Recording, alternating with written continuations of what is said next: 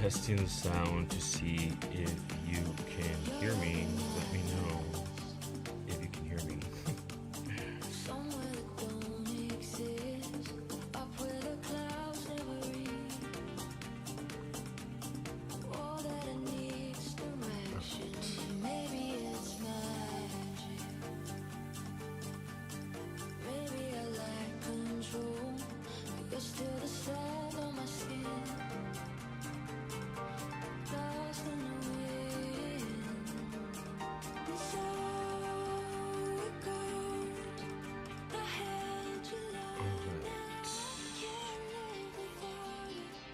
Okay, you can hear me a little low. Maybe I need to speak up a bit. Oh, here we go. This is probably why. That should be a little bit better. All right, so hi, everyone. Good evening. Thanks for being here. Let's see. We have a lot to do, but we'll probably do this in stages, just because there is a lot to think about. So I'll just start by saying that I should say thank you to everyone who has become a subscriber and has joined us on this chaotic and oftentimes perplexing and oftentimes frustrating journey of considering the Idaho4 shenanigans. And so thank you to all subscribers, and also especially a special thanks to a very special someone, to Outcast, for all the support and for always encouraging and believing in many of us, not just me, but many of us who are out here creating content to radicalize young minds. Just kidding. Content to make a declaration against the corruption that has seemingly overcome and overwhelmed our justice system on many levels. And so thanks to Outcast, to Bianca Jane, to Christina, to Matrix, to Drukilla, to everyone in the chat right now. Thanks so much, because without each other we wouldn't be here, right? And so yeah, I'll probably say more thanks at some point later. And so there's a few things to look at. There's a lot going on right in the world. There's a lot going on in the case, in the world, Charlie Kirk, all these things going on that are kind of destabilizing our understanding of politics and of justice and all these things, right? And initially I had wanted to just cover 2 videos that people had suggested that we take a look at. Those videos are,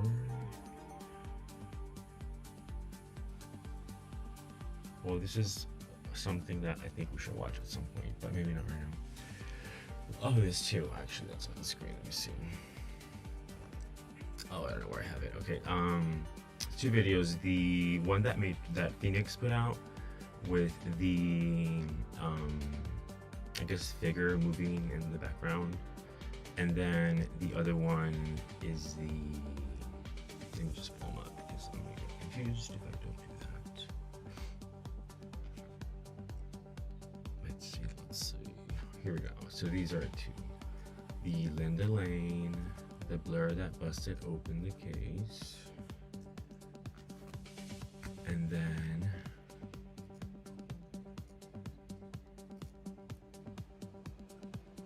probably this one too, I think. Right. Although not a lot is visible here. So I'll look at the chat in a second. Just want to make sure I pull this up correctly. Sorry, I'm whispering. I need to speak up. Where is the other one?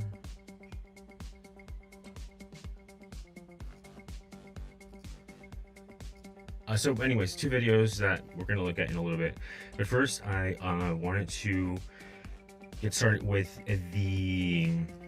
some images from both the body-worn camera footage from the officers walking through the house, and then also from the images that have been released, um, that are part of the giant collection of images that are on the internet somewhere. Spiral Notebooks, I think, is the person that I got it from. Hey, thanks to everyone who can. Okay, I'll turn the music off. Sorry, I just saw that. Okay, I kind of wanted that for like a little bit. Thank you for letting me know. Sorry, I should have taken a look earlier. I think I also need to bring this up a little bit. Sorry about that. Let's see. Can you please pull up the volume? Okay. Is that better? Let me know if that's better. Hopefully that is better. I think I just adjusted, like lowered the sound of myself in the input. Miss Foxy Recon, hey. Carrie, thank you. Hopefully this is better for the sound. Let me know. Hopefully it is. Okay, cool. Great. All right. Yeah, I just had turned down the volume on the input for myself.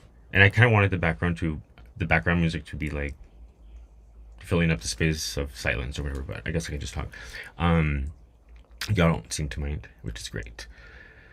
So, oh man, there's just so much, honestly. Like, I'd been wanting to do this for a few days, and every time I like got down to it, I was like, oh my god, where do I even start? Because there's so much, and it's most of it, a lot of it seems totally just unreal and really hard to explain. So I just figured maybe instead of explaining anything, because it doesn't make any sense, we just put words to it, I'll just show you, right?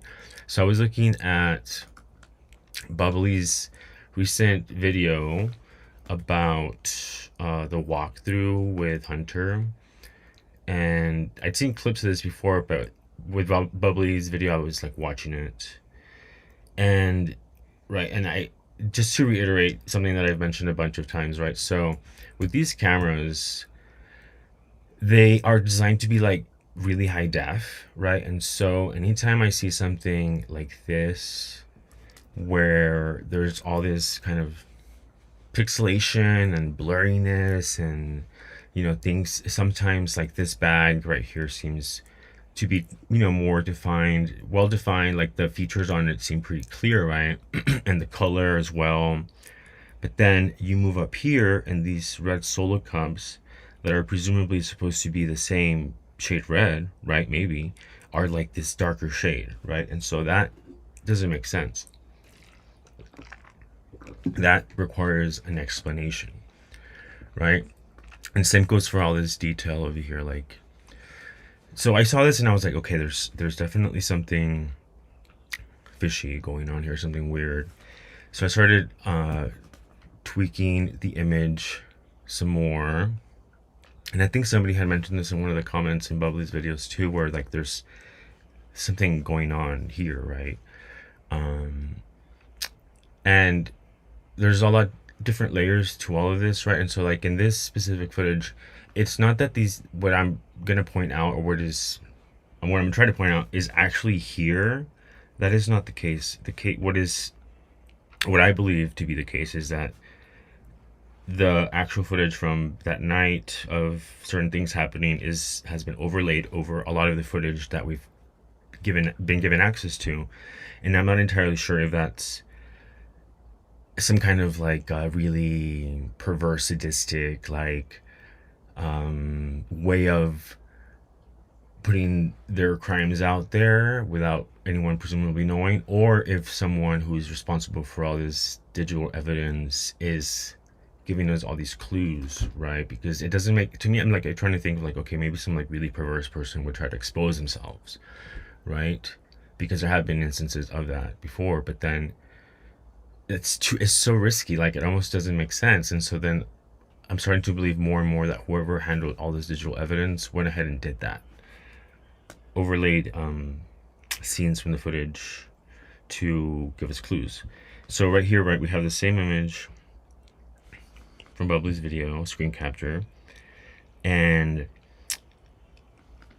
there's all these things that just like, you know, all this blurriness, right? And so you're gonna maybe possibly trip out. So here I messed with it a little bit, and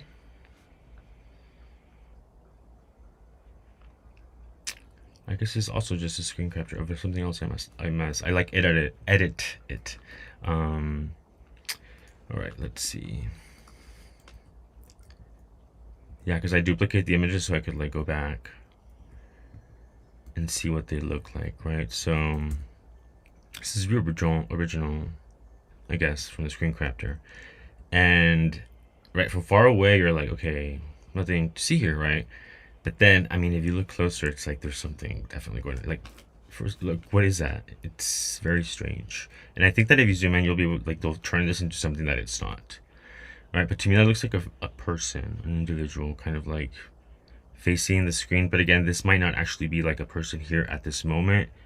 It more than likely is something else at some other point, somewhere else, maybe being overlaid over this scene. And so this is with a few modifications, right? And so certain things like this very kind of human looking face sticks out, right? And I don't, when I first see something, I'm like, oh, that's definitely that. Like I take note of the particular kind of features that are making me pick up on that a little bit more, and then I, you know, look at the rest of whatever is going on, and before, you know, coming to a more educated conclusion as to what I'm looking at. And so there's and okay, so there's certain things that are becoming apparent, right? That seem odd for this specific picture. Like, why would these, you know, even if you edit a normal picture, like a regular picture that you would take, you wouldn't see these kind of very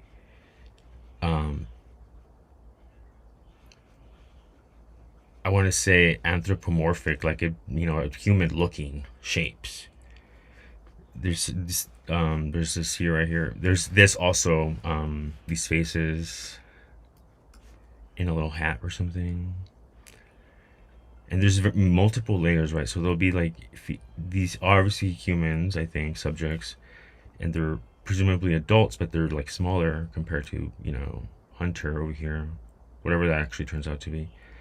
So nothing's to scale in terms of the overlay. Like, whatever the things that are to scale are things that belong in the same scene, and so you'll have something like this that is, you know, noticeably obviously larger than, for instance, these individuals down here, or this person right here. And I feel like that's a hat. I think I have a better image of that one.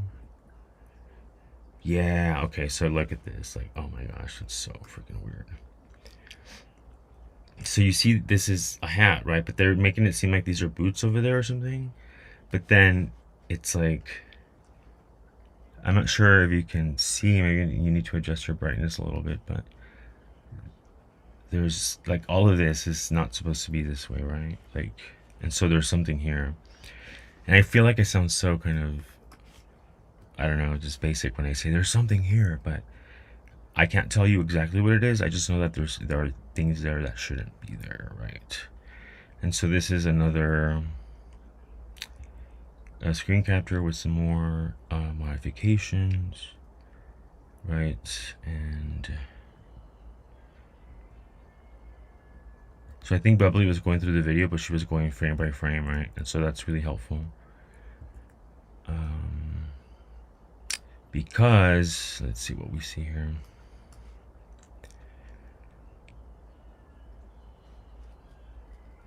Oh man, it's just so trippy. Like, I don't even know where to begin to, like, even just looking at this, and it kind of looks like there's nothing. You might see some things, but it doesn't make any sense, right? But then it's so crazy because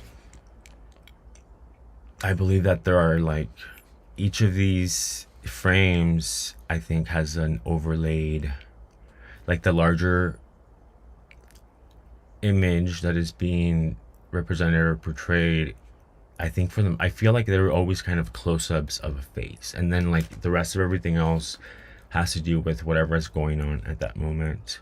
Like when you have a movie, right, and you're closing up on like this dramatic scene, and you zoom in on their faces, and then all of a sudden there's like the camera pans out and zooms out, and all of a sudden like there's all these other things going on around the action scene. Let's see. Like right here, like, okay, so these are two different frames, right, of the same video. And so look at whatever the hell is happening here with this table and all of this. Like, this is something on top of their like very obvious overlaying, because like all of a sudden like this table disappears, like the legs disappear, right, and there's like a person standing there. Let's see. And I guess I'll just start doing this because otherwise.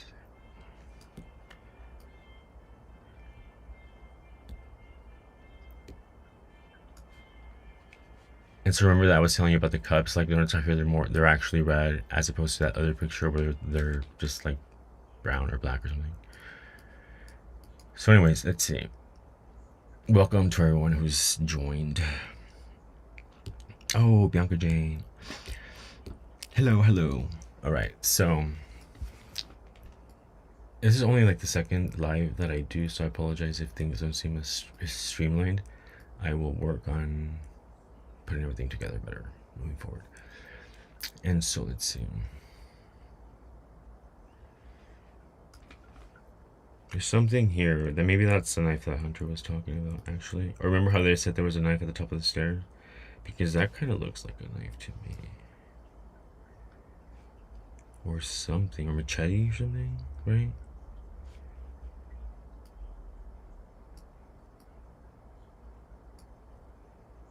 But I mean, again, just I'm gonna drive this point into your brains. All of this should not be this way. Even with modifications to the photo image settings or whatever, these things should not. It should be like crisp and clean and clear. It's a body-worn camera for a reason, right? It's supposed to be it's supposed to represent things that are admissible in court as evidence, right? And so for all of this to be this way, this would not pass an authenticity check, right? Because there's like so much going on in terms of the quality of the image. So there's some crazy. I don't know if this is all right. So I will probably go into more detail with these. I just kind of want to point out the oddities in the quality of the footage and what may or may not be there. I haven't gone into these specific images too much. I just was doing enough to establish for myself whether or not I was looking at something that is not what it purports to be. So again, for instance, like I was telling you about the faces, right? Like there's right, and this is another thing that some of you probably know or are aware of, informed of. When you rotate the images, things that are not visible initially become apparent. So right in here, I was rotating this because I thought it would look better, but then it doesn't. So then let's do this. Because I see a nose, right? I think you all might be able to see the nose as well. Oh, here we go. That's the nose right there. Do you see that? So I think they got closest of the victims' faces. I mean, like, that's disturbing. Honestly, that's another reason why I have struggling to bring this to you, because it's very disturbing. Because you cannot make this up. Like, that's the face, right? That's the socket, the nose, the cheek. And it doesn't look like a healthy, happy face. I don't know if you can tell. Can you tell? Right, there's a nose right here. There's a cut right there. And possibly cuts to the lower part of the face, the mouth, the jaw. Let's see if I can...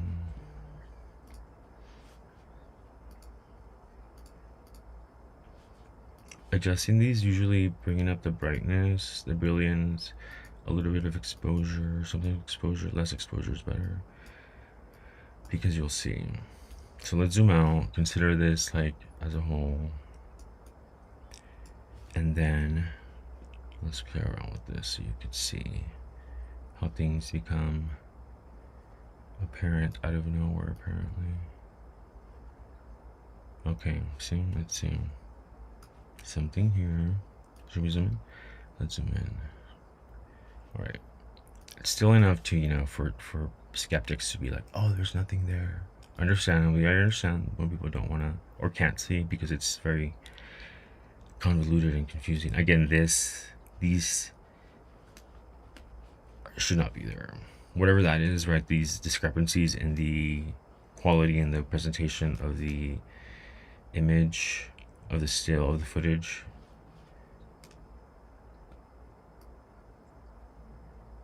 Oh, man.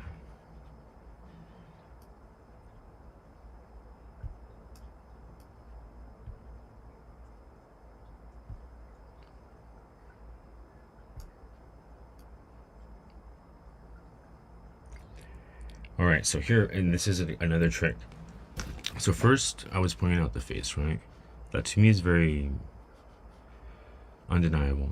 The nose right there. The nose is what really gives it away. Like, there's a specific shape. A specific shape in a specific kind of arrangement that to me is undeniably a human face, right? Because if you had a nose, this triangle looking thing somewhere else, but didn't have like the socket and the again the shape of the face, then it would be okay, I'm hallucinating or something. But because all these features are present in the same kind of arrangement, that to me is a indicator that we're looking at something that is actually a human face. And so then we have that, but then as we modify the settings, we have something else emerge, right? And to me, this seems to be like a person standing. And, right, yes. We see the person standing, and they're holding a hand or something.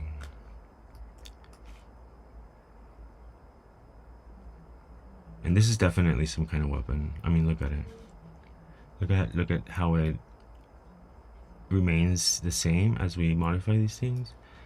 The shape of it, right? Like, look, it's shaped like some kind of handheld little machete or sword or something.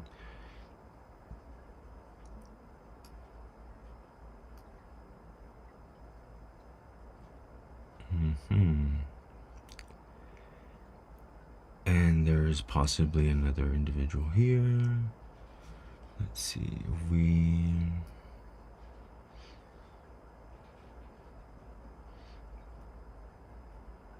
Yeah, I don't know if you can tell, but that seems to be a person. That's a head, and they're maybe wrapped up in something. Let me see. A hatchet. Sorry, that's the word for that. A hatchet. Thank you, Ricky. And yeah, that's definitely a hatchet, and there's other individuals here. And so, like I was saying, we'll have like this scene right here. Well, there's a hatchet, but taking the hatchet aside, there's like two people here, right? But I think the same scene is the same scene right here, but just in a smaller scale. Like, this is like zoomed out from further away, and then this is like zoomed in, right? And so all these, they'll start from like right here, like the bottom, and they'll like start growing, and then it'll turn into like what it actually is. And here, I think it's like whoever this is right here, this person that's like tied, or like, like a little mummy, like a mummy, is their face is right here, right? And I think this is the same face that's right there. Like the same face right here is the same person that is right here. Oh, right, there's another face right there. I mean, like, you start looking at something else will pop up, and you're just like, oh my gosh. And that's the point. They're designed all of this deception to be overwhelming and confusing, and totally just like seemingly impossible to sort through. But I know there is a way to sort through this. I 100% believe so. We just need to find the patterns. Right, so this is a hatchet, and then there's something else right here. Oh yeah, it's the place where that person is in the back, like resting their back on, or just on this surface. And then, let's see. And so let's do some color curve correction. Oh,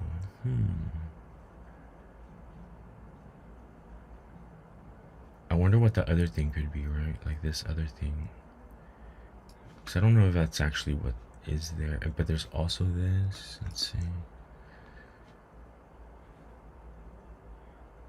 That's someone getting...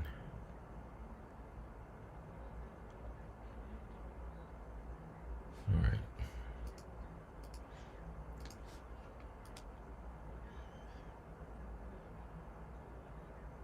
Let's try to see if we can bring out everything that's in these really bright colors. Because there's stuff there too. Do you see that? I mean, there's, you know, there's more here that's hidden in those colors. And that might actually be really, really revealing. Oh my gosh, yeah, definitely. So let's do that. And then...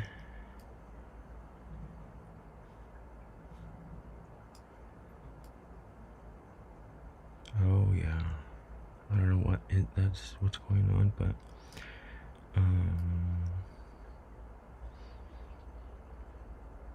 that looks like...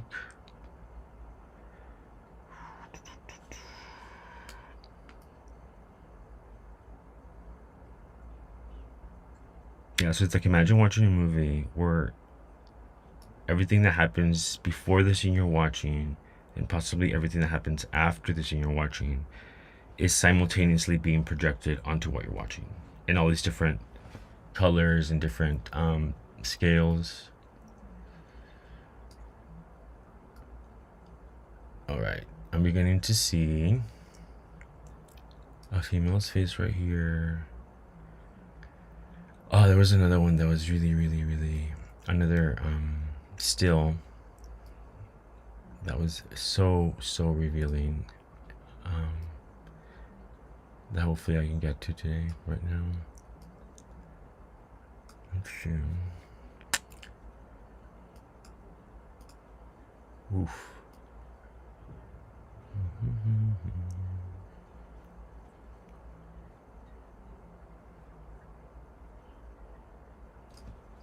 Yeah, that's not gonna work. Let's do...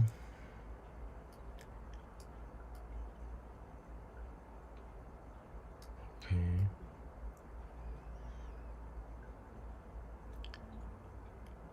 That's also someone right there. It's so crazy, right? So this is what we have after a few notifications, and then this is everything else that's in there. Isn't that crazy?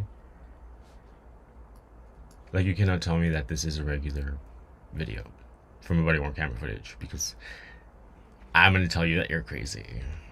Like, I'm not crazy in seeing these things here. If anybody thinks that whatever footage they've put out is supposed to be that way, and then they see this and they refuse to acknowledge that it's not supposed to be that way, then we are hopeless. Alright. Let's do this. Okay.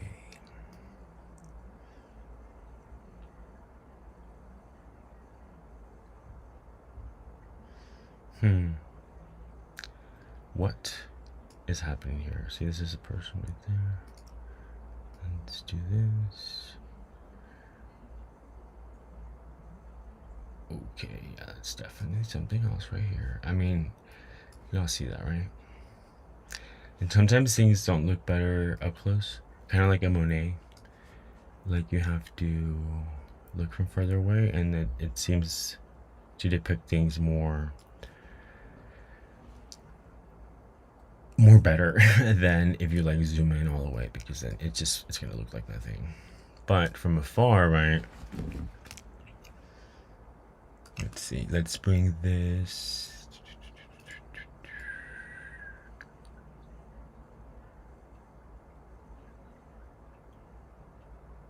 Again, this is all in Bubbly's video, and it's also in the footage that they've released. Several people have it.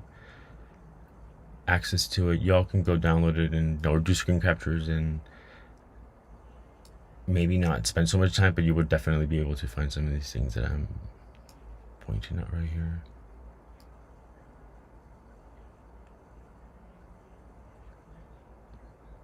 Oh yeah, what the hell, man.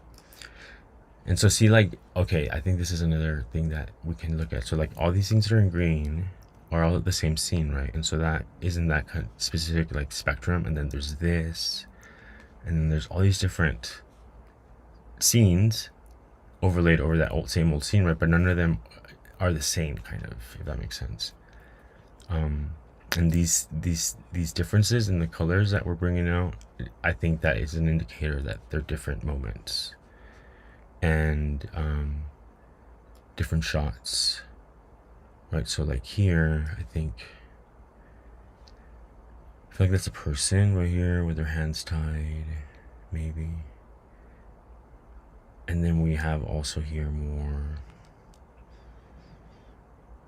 And I saw this ugly face over here somewhere. That's him. Oh, right there. I think this was it. Oh, right here. That one, actually. Oh, there it is. There's more.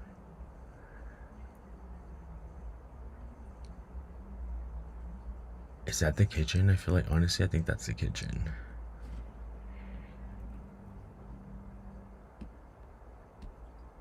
It's a strange. Oh, Bubbly's watermark. Sorry. Let's see. Right.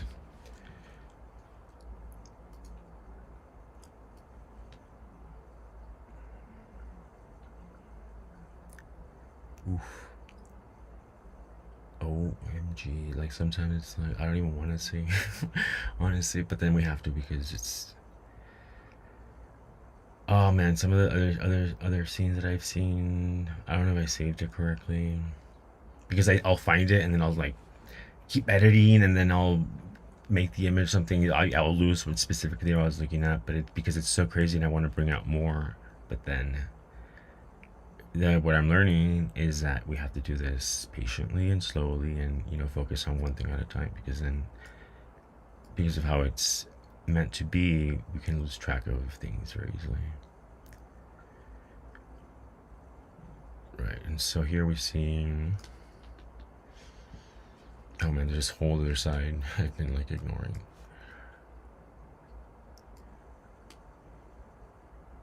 Here we go. Alright, so we can illuminate things and then like maybe begin to get a sense of for how different sizes are being represented. Right, so we have these two right here, and then this is with the real image, the real footage, and then we have this other scene over here. And I think that scene, let's see. Oh, let's flip it. I think like this is what I was trying to do. Yeah.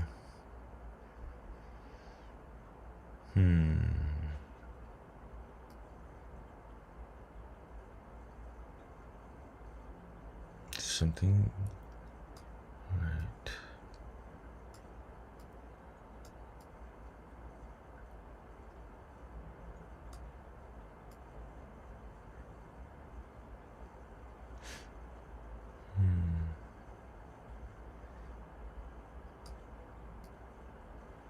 Let's bring this up. And this. Alright, I think I need to.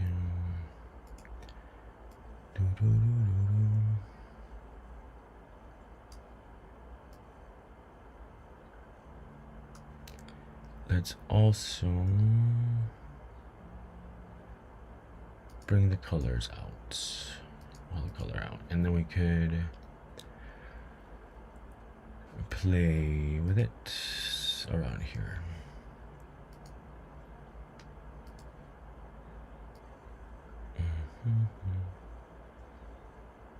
All right.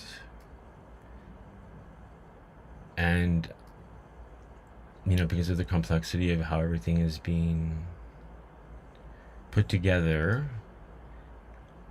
it's very easy for me to just like, get lost in little details in one specific image or a scene.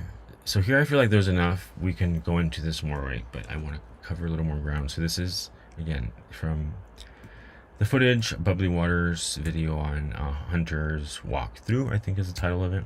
I'll probably link it after. And, oh man, this is another crazy one. So these are so crazy. Where do we begin? It's probably easier. So these are the scenes from the room, right? Taken from the files. Let me see if I can find where I found it. It's like spiral.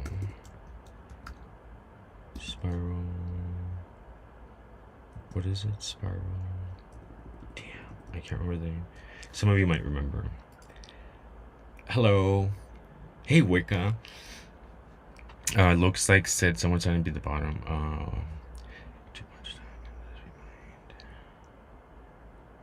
Yeah, Idaho needs to be locked up. No way. I caught a freaking first live. Yes, you did. Oh man, so this is that, right? That scene from the room in the house. Which again doesn't make sense, but I mean, if you even blood spatter, it's like it's this seems to be like it's very drippy, droppy. And I'm not a blood spatter analysis expert from what I've seen in other cases and stuff like that. This scene is not congruent, I think, for or with what happened. So I started playing around with this one because I feel like this was really bad redaction, and I feel like they could have done a better job. And I think that's why Ethan's mom and sister went to court, because there are certain things here that I think, I mean, we have a right to know, but then certain things about the body, and I don't think it's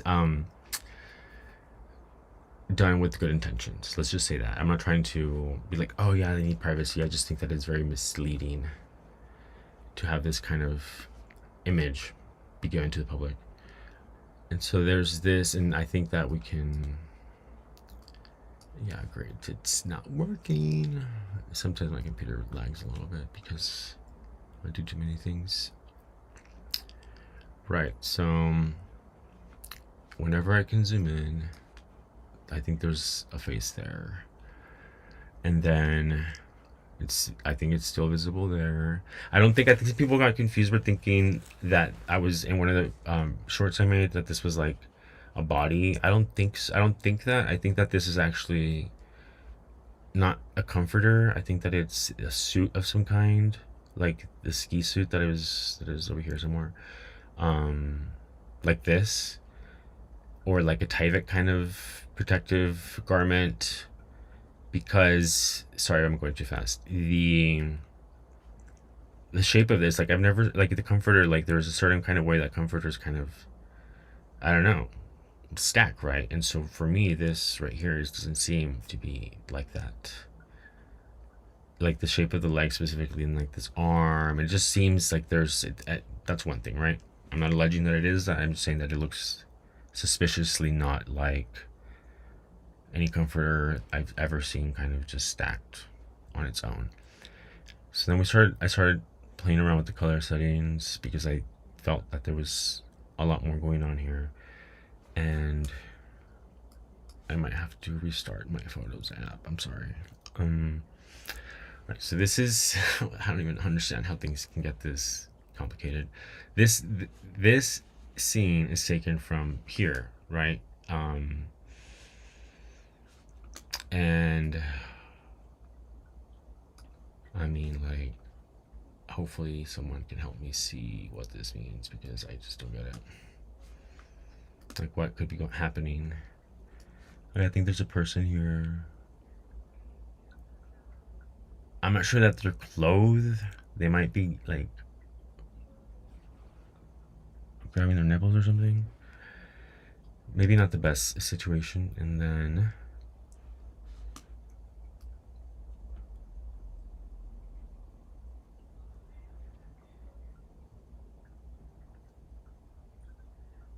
I'm like speechless. I'm like, oh, I mean, there's, I think, a face here, a person there, right?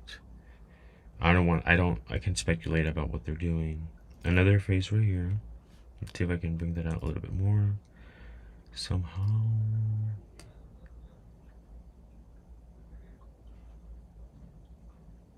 I think that's the body, where first of all, I think this is the body right here. And I think in some of the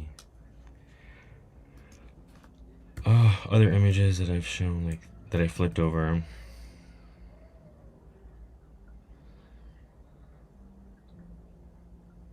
so I'm just taking a look. Because there's a face there with a covering, and I think it's the same face right here. It's just so unbelievable that this would be in evidence that is being released as we speak, right? And that makes me believe, honestly, that someone on the inside is facilitating this exposure, and they're waiting for other people to, for all of us, you know, to put it together with more, I don't even know, with more kind of precision, like, you know, put all the images together like a gallery of sorts, where everything is like, oh wow.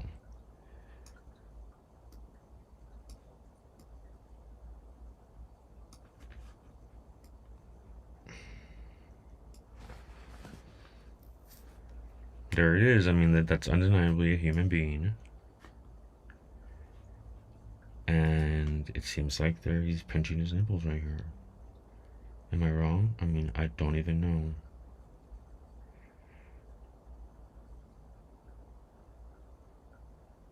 Oh, you're probably right. Oh my gosh. Who said that? Was it Wicca? Yeah. You're probably looking at what once was happening there. I believe that. I do believe that. Because in the Banfield footage as well, I don't know that a lot of, I think some things that were happening that were obscured were happening there, but I think other parts happened there at another point, if that makes sense. And so this somehow relates back to that setting, right? The room, which would make sense because of what we're seeing, like this specific.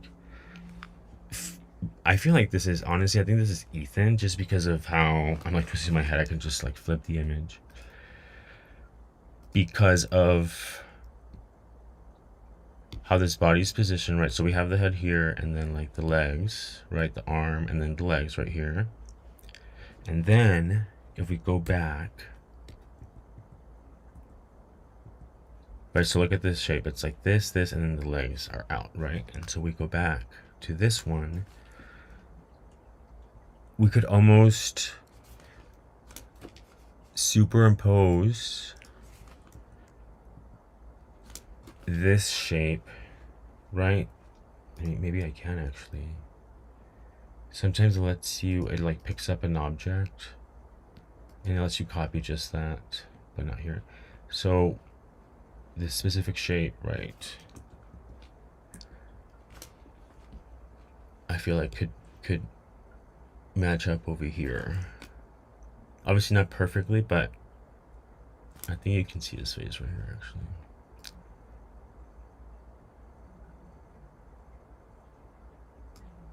I'm not trying to expose them or anything, or, you know, disrespect the body. I mean, more than it has been. I don't think that's possible. I'm trying to help all of these poor innocent people who are victimized by the system. There's something over here in those pillows. Ooh, man, that's kind of scary. I feel like that's a face right there.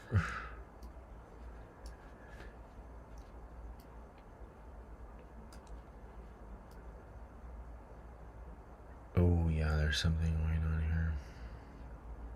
So I'll tell you about what I saw in some other scenes. I saw people hiding in the living room, like hiding with the lights off, like waiting for Xana and Ethan as they walked up the stairs. I swear to God, I'll try to point it out right now. And I think this might be that same. No, see, like there's. Oh man.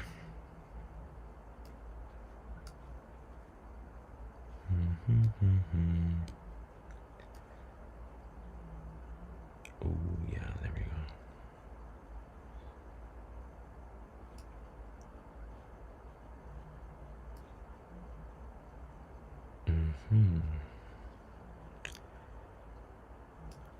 Okay.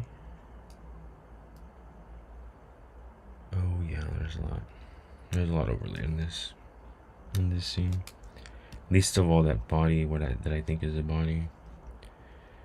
Ethan's body, possibly, because why would it wouldn't be someone else's, right? I think because the specific photo is of him. And there's jerks over here. Oops, see how everything changes? That's so crazy. It's, like I said, it's almost impossible to believe if you weren't seeing it for yourself.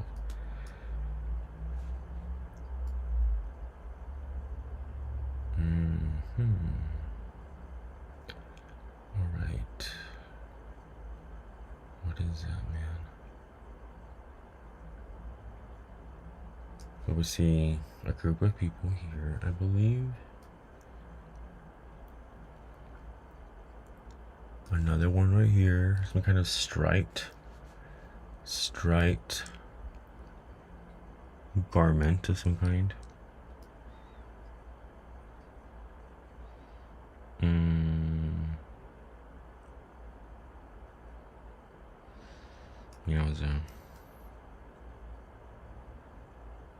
Right, you guys can see that. I mean, that seems to me to be the kitchen. Some cupboards right there. Possibly a window.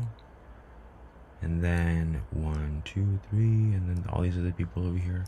Oh, and something really creepy that I found out. I mean, that I kind of realized about the mask wearing. Because I was talking to my little brother about Eyes Wide Shut and how they wear masks, right? And there's obviously like a ritualistic component to the mask wearing, like your identity is, you're becoming someone else, or you're taking on a different persona or something during that ritual, that moment. But then, because of working on these videos, on this footage, I realized that the masks are also functional, utilitarian, obviously, right? Because you're not protecting your identity from other people who are there committing the crime with you, because obviously they know who you are. You're protecting your identity in case, well, this is being recorded, right? So you're protecting your identity because it's being recorded, but you're also wearing a mask in case somebody else somewhere is recording. And all these people, they never took their mask off, I think. Maybe 1 or 2 at some point from far away, but they were very diligent about wearing their masks. So there's something here, something creepy. That looks like someone kind of like on an elephant, right? But I don't think that's an elephant. And then what is really kind of upsetting right now is this shape right here. And I think that's also kind of telling right here. Let me see, what can I do to bring this out? Oh man, see, there's another face right there. Do you see it right here? I wonder who that could be. Right, you guys see that, right?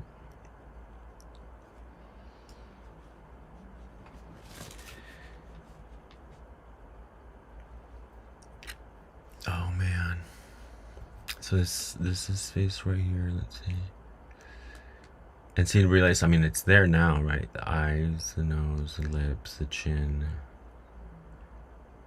If Xana had kind of like a little, what is that? A dented chin? I'm not sure what the word is called. This might be her. Or It might be Maddie, maybe. No, I don't know, actually. Let me see. But anyways, what I was saying is like, so it's here, right there, right? And it's discernible, but then if we adjust brightness, right, it becomes indiscernible. And so right now I'm focused on this face and then this. I think this is very important right here. And there's obviously a lot more going on, like all these kind of peripheral scenes. But to me, this right here and this face are the most compelling.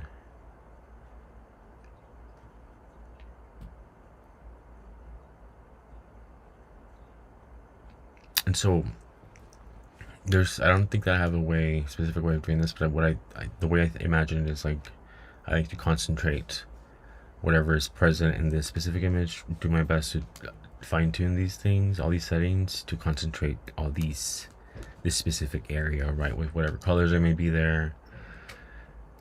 So let's try doing this. Oh yeah.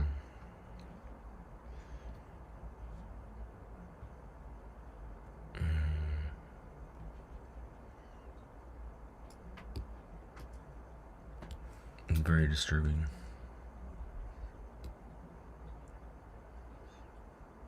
I think that's okay.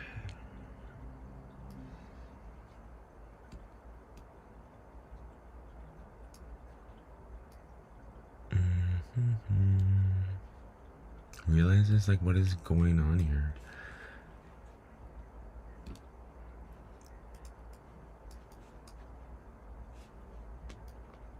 Oh man, this is crazy. Let me see what I can do.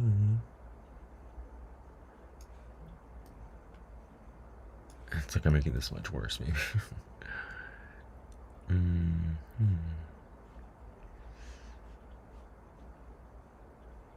Oh my gosh.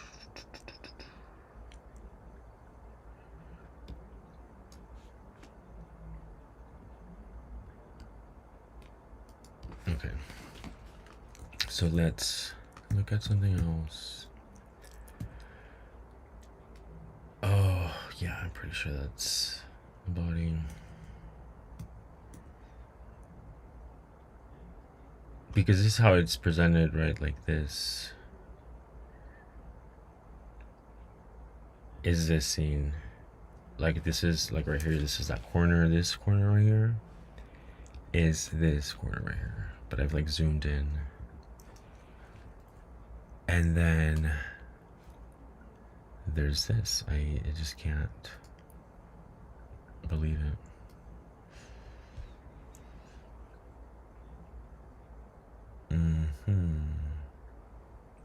The reason I think that's Ethan is because of the dimensions of the body, right? It's a really long torso.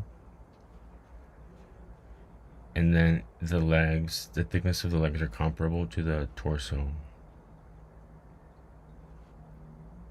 And so there's no way that this could be like a small person, because then everything would kind of be the same dimensions. But this, again, the size and the length and the width of this presumable torso and the thickness of these legs, to me, is an indication that it's Ethan.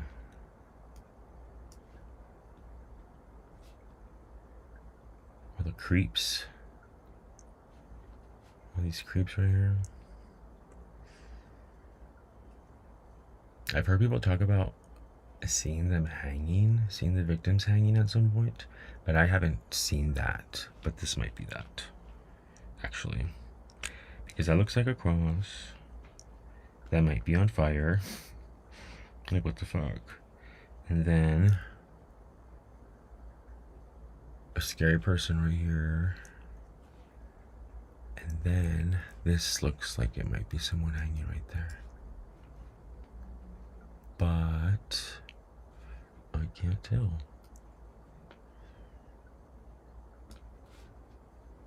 Let's see. Isn't this wild? I do think that they did a lot of things to Ethan's body in addition to the slashing or the cutting of his legs, I do think that they went out of their way to disfigure him, to humiliate him, and I think this scene is part of that. I think it shows some of the potential injuries, unfortunately. I'm not going to say whatever I'm alluding to right here, because I think that maybe you can reach your own conclusions about that terrible, terrible looking injury. And strange to see, difficult to see what exactly. Is it Xana, maybe? That they put them on top of each other when they were staging the bodies? It looks like that, I think. Because neither of these faces look alike to me. You're like, oh, how can you tell if a face looks alike from this mess? But you just can tell. There's like a vivacity, like a these faces are slumped down, but right. And so I do think that this is Anna, and I think this is Ethan, and this might have been either on the way. Does that look like a couch right there? As they were being transported back up to the room, maybe, and they got put somewhere. Is that a car? Oh my gosh, my computer's like, what are you doing? Like these, like the little details like that are very telling, right? Like this, oh, you can't even see it from this side. Like this, those particular kind of like compression, I'm not sure what to call them. It looks like a couch to me, like the leather on a couch.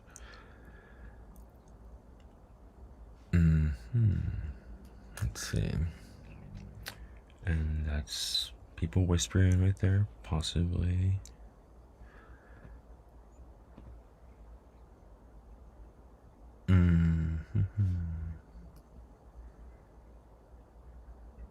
There's someone right here.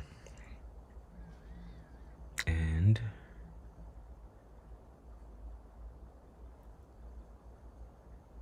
someone right here with a hat, cowboy hat. Oh man, I see you, bro.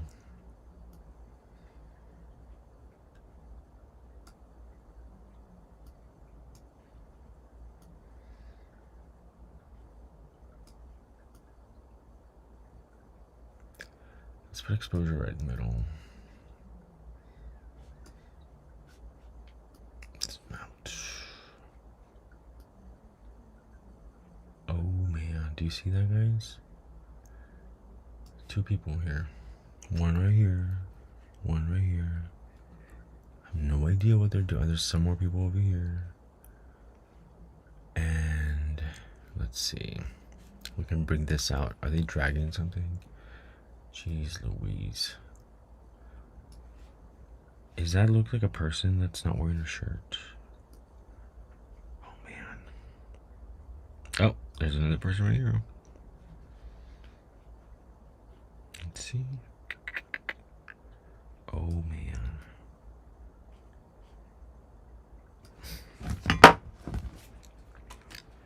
Wild. Let me just check something real quick. Bananas. Okay.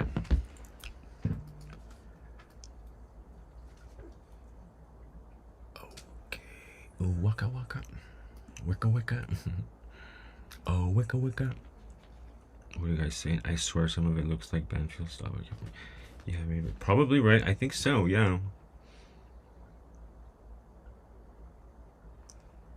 And yeah, I feel like that the Banfield, the moments leading up to Banfield and preceding Banfield were when the main kind of component of the attacks went down. There has to be a reason why that all was planned, scheduled ahead of time and everything, right? And yes, I do think that Banfield is where it happened, and all of this has happened there at some point, because these faces and these people are all very, they show up again and again and again and again.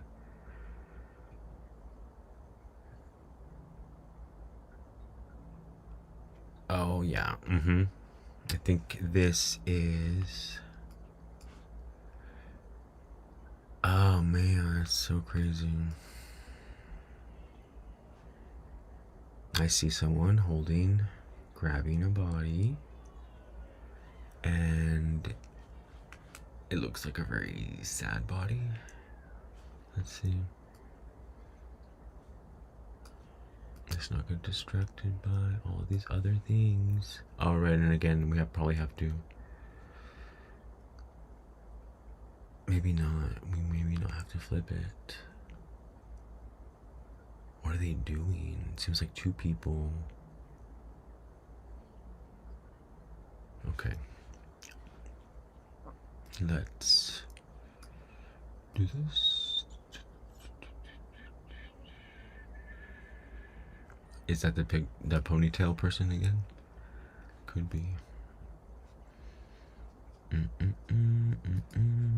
Let's see.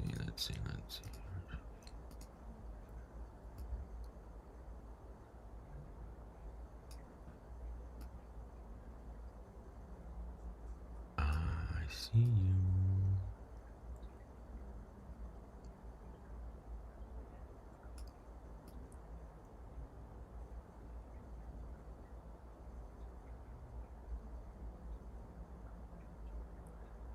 And this kind of, because it's kind of ratchet how they did this, right? It's not done perfectly well, because then otherwise we wouldn't be able to find it. So it's done in a very kind of do-it-yourself barn style kind of tampering, because if they went all out and created this perfectly seamless rendition of what we're looking at right now, it would obviously be very fake. It would be the metadata and the information contained within the media would be just too perfect, and it would be obviously fabricated.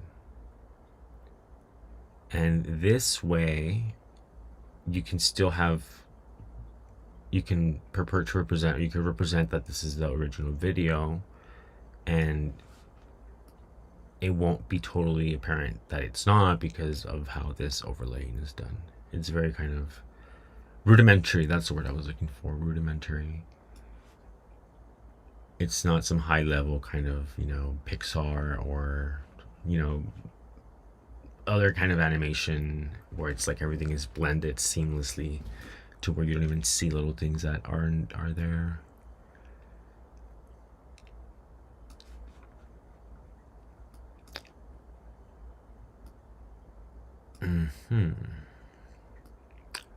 So this might not look a lot better than what we started with, but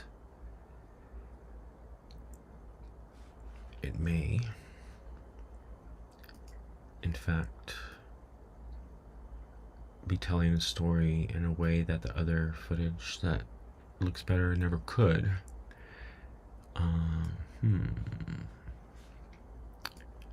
Let's see.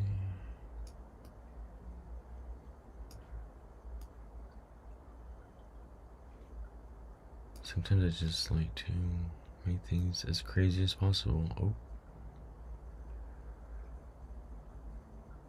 Oh my gosh.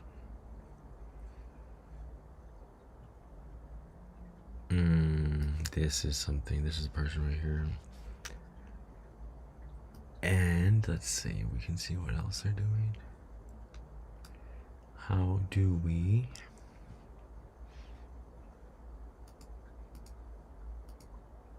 stabilize all this red? Not like that. Oh my. But I fully agree with you. It helps you look for the feet. Yeah, exactly.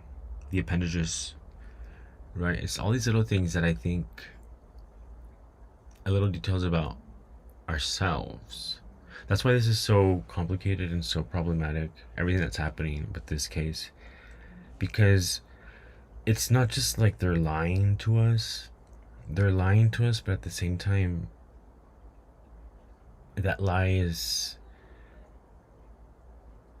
presupposes that we are able to be manipulated to such extent, but it's also kind of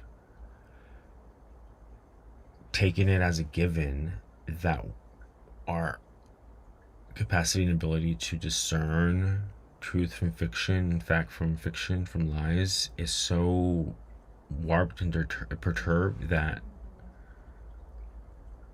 we could be given something that is very clearly, demonstrably not what it alludes to be, and that we're just gonna, it's accepted. What I'm trying to say is that I think it's an effort. All this is an effort, a part of a big campaign to kind of reconfigure the human, right? How it is that we come to understand what we know, what we think we know, and our own like awareness of our own perception is in addition to being, whatever else his case is, also an exercise in testing the lengths to which humans' own understanding of our own perception and cognition and everything is being tampered down, I think, or has been, for a long time now. But this is just another kind of step on that ladder towards, I guess it's kind of like a stepping down ladder, like we're stepping down. Oh yeah, that's a face. Right, so there's a lot going on here. I could spend more time with this. I will spend more time with this as at some point. But let's look at, there's a lot of different things we could look at. So take a break from all those, because it might be too much, right, going on in these scenes. Let's take a little break and do a video. Where is it? A video that I think can help us. Well, let's see, this is a different scene, yeah. This is that crazy scene that, oh my gosh, this is that same scene that somebody, what's her channel? Oh man, I'll find it. Somebody did a recap of like the rumor mill things that had been talked about in the case, and they made a video about it, and they had some stills that somebody on Reddit, I think, shared, or on 4chan shared. And at first it was like, oh, they're not from that crime from the scene, but this is that same. Oh man, maybe I can find it. I'm not making any sense. They saw this thing one time and I don't remember what it was. It was around this time.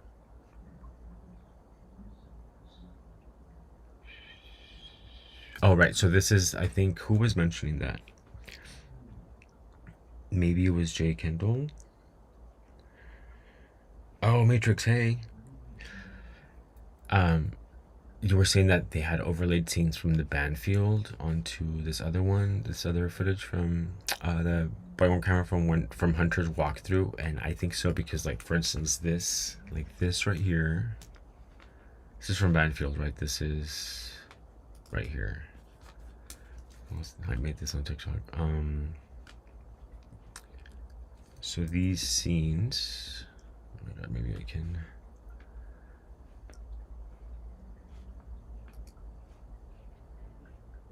Right, so I mean, we'll just look at this right here. This right here, right there between those cars, is this right here. Right, and so these faces, this shape, these masked figures, I think are the same. Like this one is the same as. Sorry, I'm not trying to go too fast. I'm like, oh my gosh, it's the same one. It's like here. And is it here also? Possibly. Yeah, and like here, like these are the same people. And that's Hatchet, right? We kind of determined that's a hatchet, somebody said. And there's a lot here. People here, I'm not sure. Right, so yeah, here we go. See the shape of this face, like this head? It might not be totally clear, I understand that, but just bear with me. So this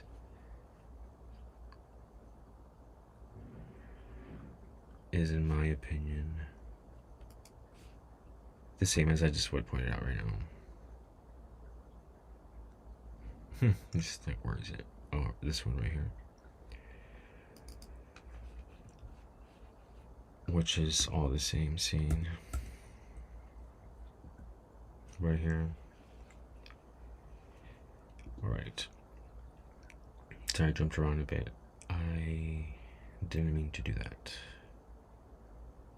I just wanted to point that out because I think it's important. And so then this other scene, right? Oh my gosh, it's crazy. So these are from screen captures I actually took from the body-worn camera footage of the cops walking in and out, stomping in and out. Because there's so many things I'm just like, what the fuck? Like, why is this all blurry?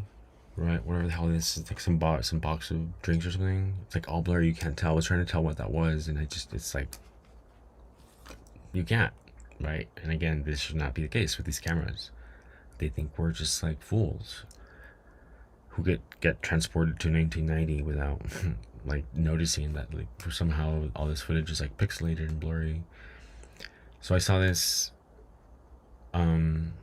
these moments and I'm like, okay, what the hell? Why is this? It's not like there's a mirror here, right? Or like a really substantial amount of light coming in from this other room and like reflecting, so it's like illuminating the room. Because it was a dark day. We've all seen the footage, right? It was overcast, it wasn't sunny, and so I'm like, okay, there's something here and all of this basically is overlaid. By whom? I'm not sure, but I think that it's in our favor. If I can get this to edit. This is the worst thing about iCloud or just saving your data on the cloud. It's like it's not accessible to load when you need it to.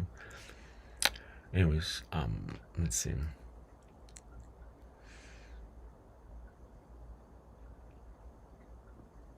I don't know, but part of me also thinks that they did do this on purpose because as logic, it's like logic to find like who would do that? Like what kind of criminal would put their crimes out where anyone can find them? Well, that's the whole point. It's like it's so unreasonable and so out there that you can't believe it. But as this case I think proves to all of us, more often than not, what isn't believable is turning out to be the case, right? Like, oh no, there's no way you can like take a person to court for a quadruple homicide without the proper evidence, right? Like that's hard to believe, somewhat, I guess. But then as it turns out, right, the only apparent evidence is a sheath that has no traces of being handled by someone who did that, being in the same space as somewhere where those events took place. Like just by virtue of being in the same space, you would expect that sheath to be anything but what it actually looks like in the images. So all that to say that it's more likely than not that everything that appears to be what it is not actually that. I think brightness will work here. Let's zoom in a little bit. I think Outcast is gonna do a live soon, probably. Is he already live, y'all? Because I might, hey Ricky, I might just go on and like, I was gonna say walk into the live chat and say hi and then come back out to continue doing this.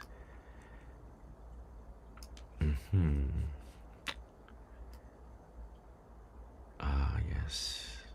See? Okay. Bear with me. There's something here. Again, the dimensions of the human body are very, they don't occur naturally in nature, I guess, unless you're a starfish or something. So, and our cognition, our perception is like attuned to those shapes. And for some people, because of our culture background and our visual culture, our visual literacy, as people would call it, some people are more inclined to have an easier time picking up on certain patterns than others. And it doesn't say anything about anyone's intelligence or anything like that. It has nothing to do with that. It just has everything to do with, the kind of environment that we grew up in and the kinds of activities that we did as children and things like that. I'm just blabbering about that, but all to say again that we all have different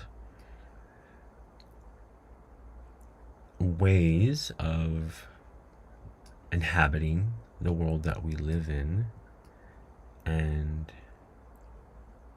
included in those distinctions that make us all unique is our ability to discern certain things that we see, right?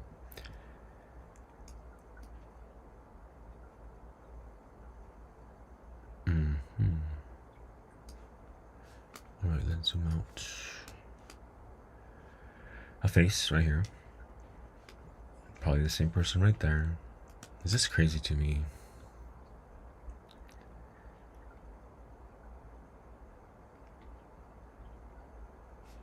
That they were so bold. Like, why even report it, man? I mean, obviously it's a sickness, right? Like, somebody that's okay in the head would not do this.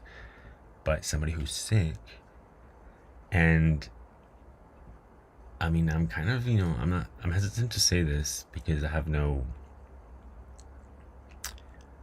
proof other than my intuition and everything that's happened so far. But I think the person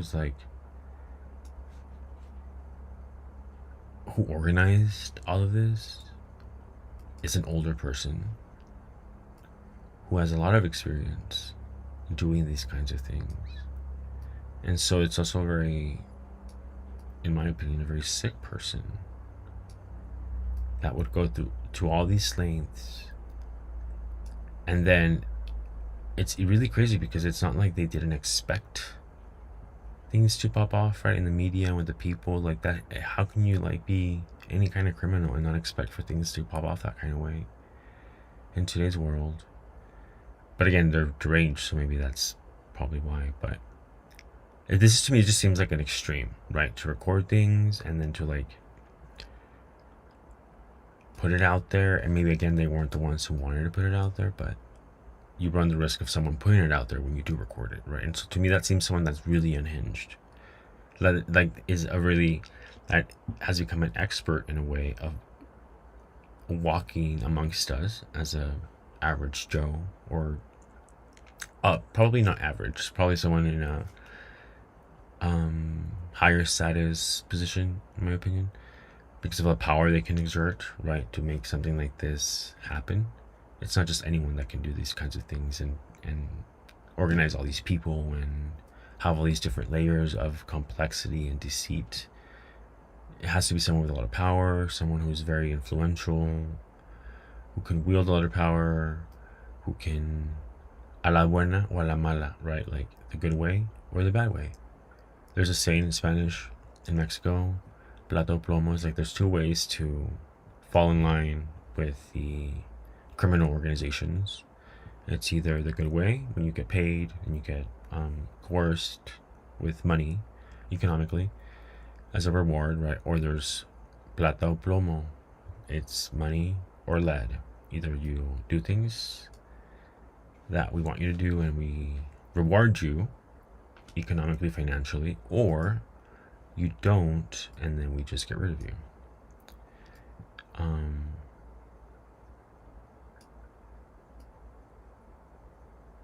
And I feel like it's the same here. I think all criminal organizations function in the same kind of way. Like, there has to be a hierarchy, there has to be secrets, obviously, because it's illicit, right? Things are happening in the dark. And there's also the coercion, manipulation, and silencing of individuals who could prove to be liabilities or who could prove to be assets, right? Who you would need to have on your side to make sure that your plan works out successfully the way that you imagined. So that's a reef, right? That's a reef, but it also looks like some kind of crazy human face. Let's see. Sometimes I just like to do the auto just to see what pops up. Oh, yeah. Do you see this, friends? Oh, man. Yep. I don't know what. All right, let's see. Yeah, it'll be this one. Oh, man. Let's do auto again, and then let's... what is happening here? There we go. What is here? What is this? What is this? What is this? I feel like this is something very noticeable. Are those two people on a couch? Perhaps? And there's... yeah, so I'll just continue telling you what I think I've seen so far. I think Ethan and Dana were ambushed on their way into the house. It might be this footage or another, the one from Bubbly's video of Hunter touring the apartment, the house. But I think it might be this one actually. Oh man, I think it is. No. I see two figures, like they're recording everything. And I think I see two figures like walking up the stairs, and one of them is like noticeably taller. Like, is this a head going up the stairs? Like right here, right? Like somebody's walking up. And there's someone hiding over here. And they're hiding like behind the couches also. And they're recording themselves watch Ethan and Xana walk up the stairs. And I think, is that them hiding right here? Because they were hiding, waiting for them to come home. And they were kind of just hiding there, like, so they had some downtime, right? So there's like the footage of them like just sitting there kind of like waiting. I'll try to pull it up, I'll try to find it again. Because that shit's crazy.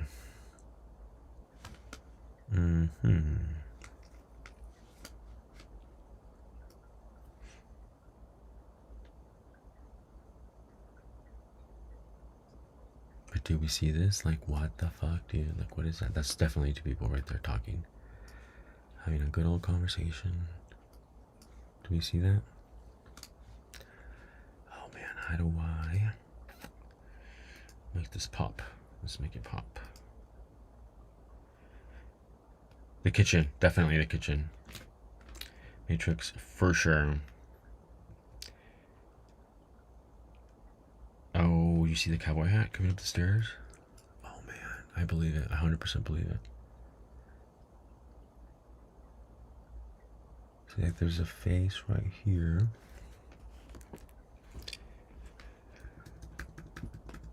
It is also wild to me how technology has made like the deception much harder to spot, but then also on their side, right? But then also like easier for us to spot in a way. That I'm not sure why I said that, but it's just like, it's interesting that organized criminals have an arsenal of tools with which they can deceive us, but then at the same time, oh man, we're not totally just like defenseless, right? What the fuck, dude? What is going on here? Do you see this? Oh, girl with him. Yep, definitely taped. Yeah, I think this is, like I said, This is when they were getting. I think this specific footage in the scene is from. It relates specifically to Xana and to Ethan, because it's in the room. It's like they were leading up to the room, right? And then it's when they got grabbed. And what is that? Is that an actual? Oh, okay, okay. Is that actually what they had hanging in the room in their house? Does anyone remember what kind of drawing that was, or portrait in the back behind the beverages, behind the little bar thing? Because that looks weird to me.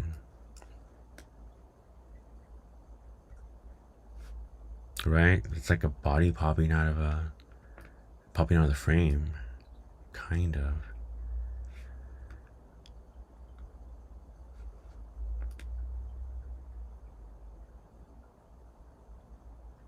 Okay, but there's these people. Let's see how we can. Oh, that looks like someone that's on the ground tied up.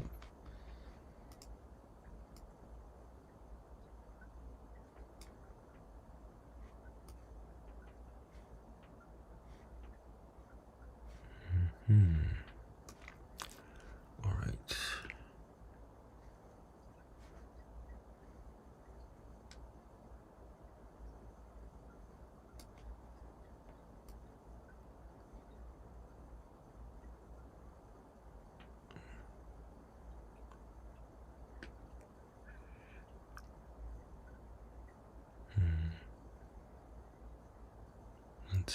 Let's see. Oh, I see. Let's see. It's like I see and then I don't see.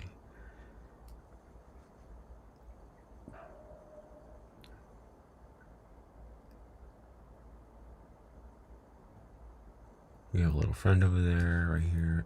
Oh, did you see that? It's like they're in each edit, right? So like right here, like their hands moved when I was messing with the right. So it's kind of like the old school movies or like cartoons where it's like you have different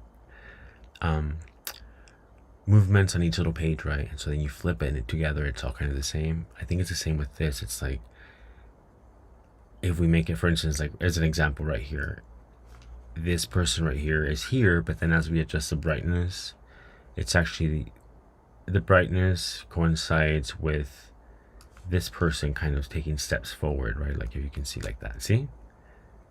I hope that makes sense. So it's like this is the person, they're not moving, and then as the video's being overlaid on top of this, it's being overlaid on top of this in each of these different brightnesses, right? So we're like this person's walking, this person right here, right? That's a like I see there, yeah.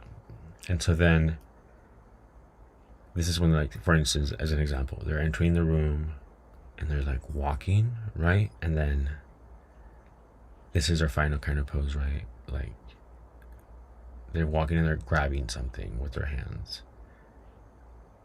And each of these adjustments is leading up to those moments. Oh, there's more right here. See all these freaks? These people are freaks, man. There's no way around it. Like everything that they were saying about Ryan was just projection. Like the real sick people, the real perverse people who have like actual mind sickness are the people who executed all these things, who put all this together, who are accomplices. And I'm not even sure that like the people who, like the organizers, I'm not sure they were there, honestly. Or they might have been there, but they didn't partake in, or maybe to a certain point they did, but I think they're more like they like to watch. So why this is all recorded. But it seems to me that the kind of people who do this, like I said, have a lot of influence, power, can exert power and control over other people. There's I think a thing called folie à deux, where it's like there's some pathologically sociopathic individual coerces who's a dominant individual coerces a submissive types into their sadistic behavior. so that it's a kind of like a group activity. But usually people don't form groups of sadists to kill people, to unalive people.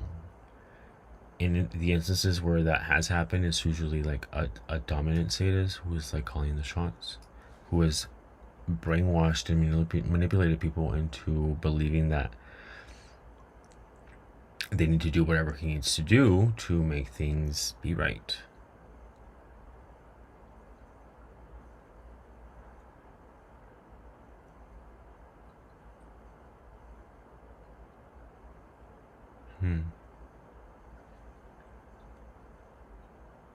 It's definitely a woman's body right here. That is not originally part of the... Oops. Because we can see that they have... Like, this may or may not be the shape of the drawing of a female on this frame. I don't think it is, though. I think it's just some abstract work. But then, what they've overlaid on top of it, I think, is actually a person. I believe it might be Maddie. Might be Mogan. Because of the shape of the body. Because I've seen the pictures of her, and she had a very curvy kind of body. And the color of her skin and hair. And there's something really terrible here, I think. In this background right there. I'm like twisting my head like a psycho. We have to look from far away sometimes. This may be actually the same scene right here. Like this might be have been shot. No, wait, because this is smaller right here. Face right there.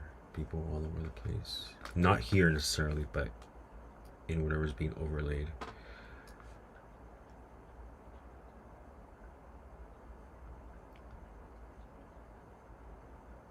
I remember one of Roland's videos when I first saw some things.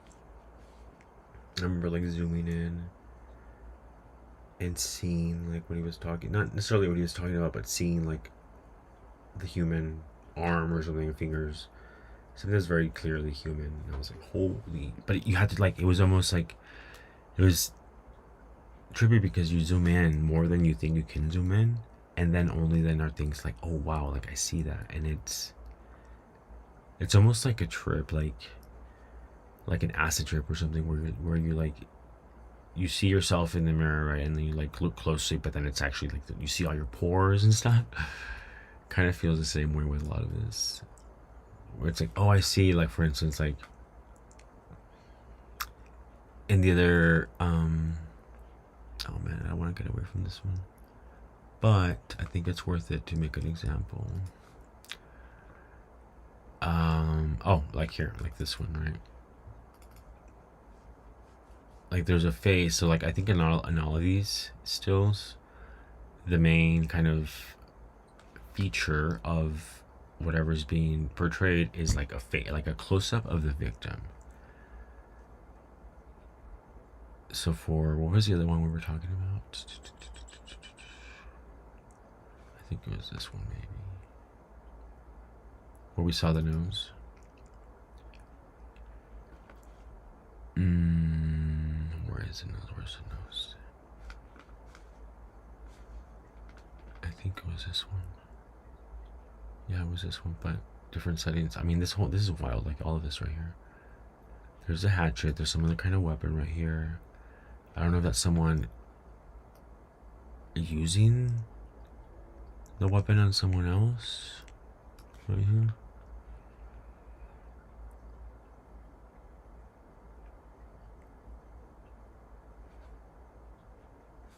Definitely a body right here, man.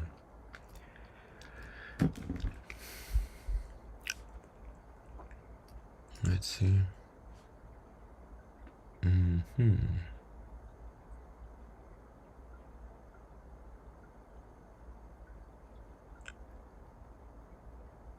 Like what we're gonna have to do is, it'll be wild, right? But then it's definitely gonna have to be like each frame frame by frame, section by section, like dividing each frame into like quadrants, right? And then classifying or kind of putting together everything in that quadrant from each frame into some kind of map.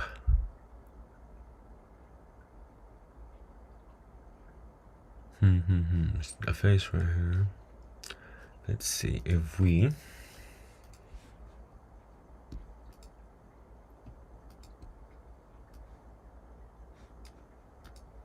kind of hot in here.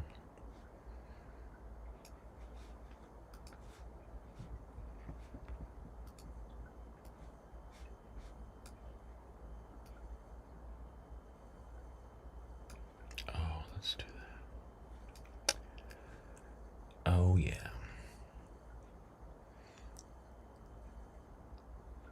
All right, and then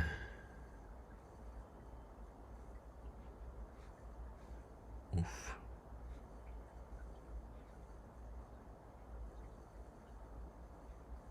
Another face right there.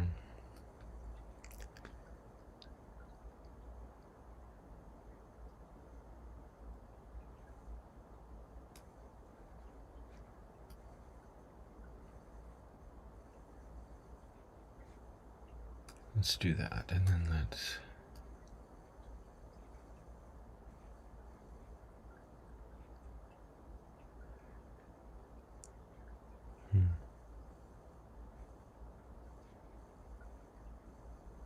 wow.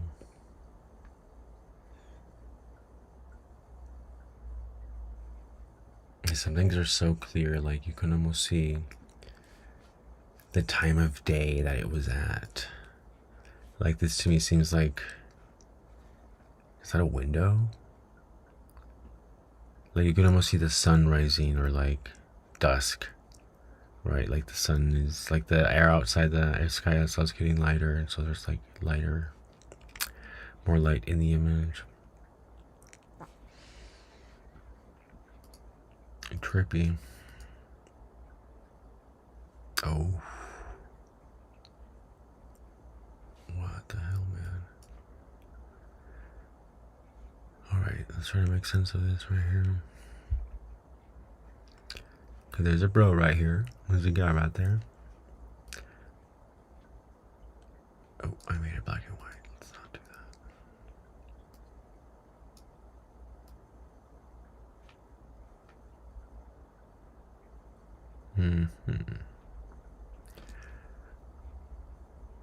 Oh yeah, I see two dudes right there.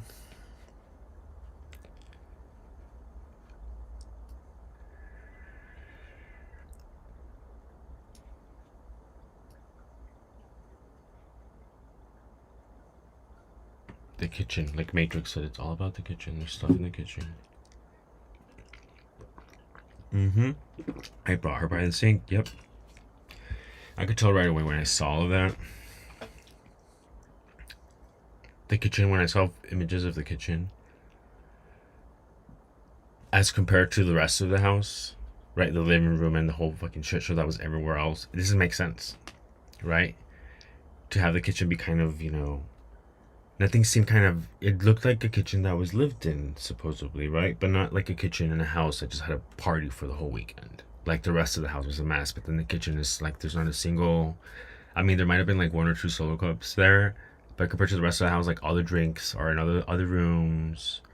It's just like, it doesn't make sense to me, because when you're at a house at a party, you usually go to the kitchen to get the drinks, right? And so then the whole kitchen just seemed like very illegitimate, very deceiving. Ooh, that's a good one. We might, yeah, that's another thing. Like finding shapes of the weapons, being portrayed, represented in open source, openly available pictures or social media from people that were possibly involved.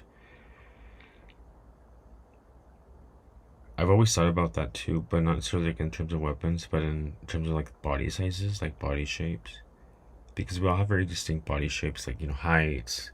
Like we might have similar heights, but then my torso might be thicker than your torso, or like my feet might be larger, or like my head might be larger. And so there's these little distinctions that we all have that makes each of us in our own kind of like physicality kind of like a fingerprint. Like each of us has a very distinct body type, and I think that we can pick up on body types in these scenes, in this footage. Like, for example, like the height. If we see what we think is someone grabbing onto Xana, and then we kind of look at their dimensions, we can get it, I guess, an inclination of like their height, right, compared to like Xana or Ethan or someone else. So like I said, I don't think it's impossible to reach a higher kind of certainty with identifying who may or may not be present in these videos.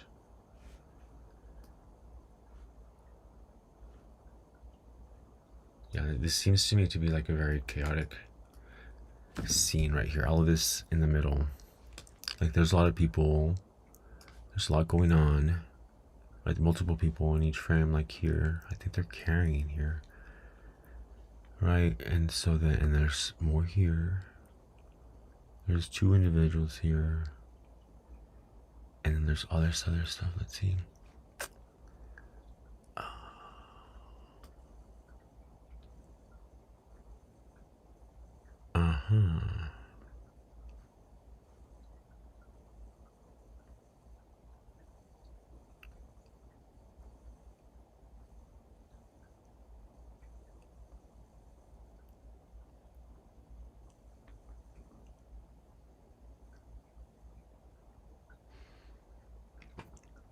But hopefully with like this specific scene right here, we can kind of get a better understanding of how things are overlaid, right?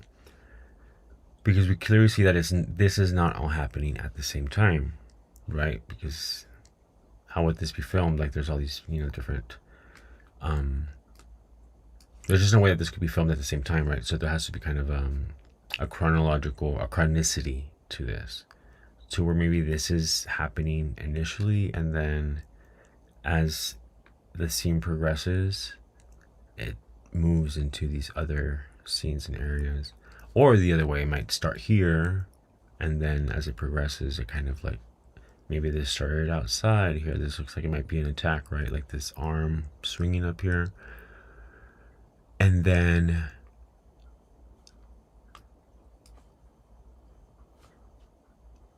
let me see if I can make this. That's not gonna work right there. Let's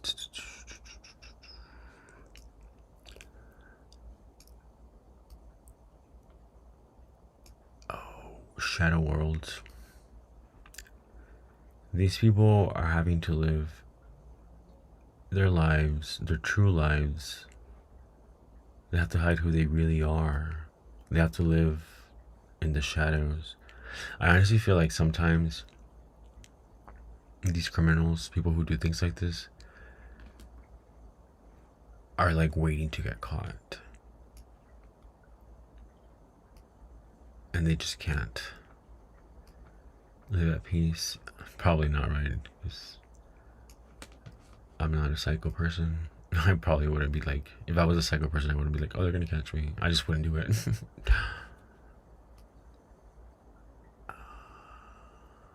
Oh, interesting. This might be, let's see, let's rotate it.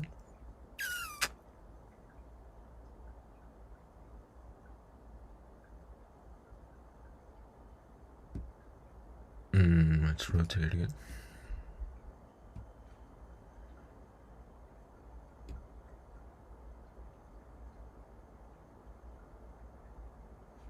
And then let's make this a little bit. Nope.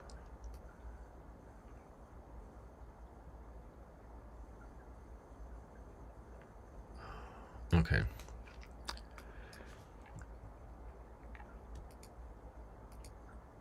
So hopefully with the gist of that is the body-worn camera footage from the responding officers. Right, this isn't even Banfield. This is the responding officers' body-worn camera footage from when they were touring the house. It's outrageous. It's outrageous. It's beyond outrageous. It's criminal that they've put this out there for the world to have and to look at and to see, and at the same time there's like all this BS in here. And anyone who's put this out there and is like, oh no, this is perfectly normal footage, they're fucking with you. They're fucking with us, right? Like, I won't mention their name, but their letters, they have 2 initials that we use, and they are letters on the keyboard that are between the D and the G and the H and the K. Anyways, that person is, to me, is like obviously complicit to a certain point, because like, why would you put out a video, the Banfield video, with everything that's in there, and then like at the same time be like a deluded person who's like, oh no, there's nothing, everything's they did a great investigation. In fact, I know this person is perverse and evil, because in one of the videos that I did of Banfield, they went and posted a comment saying something about how they wished that Rosie and Tesdal would have been present the day that what's the other kid's name? I forget his name. I'm sorry. The guy who drowned in the little pond. Well, this person, what is his name? I don't even remember his name. JH, whatever. He said that in one of the things, like, oh, I wish that these cops would have been around the night that what's his face drowned in a little pool of water or whatever. It's like, really, dude? Like, you seriously are saying that? Like, you're taking this person's loss of life, like, in addition to the Idaho4, you're bringing up someone else who I didn't mention, who nobody else mentioned in that video and in this footage, some innocent person who's lost her life, right? It's almost like ridiculizing that loss of life, right? Because if we all know that Banfield was a plot to deceive, we can all tell, and this other person is like, who may know that as well, in fact, is promulgating the content as not being something that is deceptive, is saying that those cops did a good job when in fact they're doing the opposite. And you're saying that they wish they would have been present at this other accidental, quote, death. It's almost like you're saying, like, I wish I would have been there so that they could do an equally terrible job, in a sense. Does that make sense? So, like, to me, like, it was very disrespectful and very cynical. And everything they say is, like, blanketed in, like, this facetious, like, superficiality that it's like, there's no way that anyone is just like, oh, let's just all get along, right? Like, it's so insincere that, to me, that person is like, is representative, like, embodies evil. Like the many faces of evil, right? We can have evil that is like this, that will go into a house and like kidnap people and then slaughter them. It's like a spectrum. And then there's the other kind of evil who will lie to your face and smile and be like, why can't we just all be friends? Like, let me just treat you like, and say that you're an idiot and like everything you believe is a lie, and that gaslight you basically, but then let's be friends. Like, let's just be nice to each other. It doesn't compute. Those two things don't work together. So anyways, all that to say that there's a lot of people who are part of this who are not what they seem to be. And I'm sure you all know that. I'm preaching to the choir. But it's just interesting because I think it highlights the extent of the tentacles of the corruption. I think this is a person that's like being carried, like this is a bottom, like this is their hands and their face, and they're being carried like with their legs. Like, does that make sense?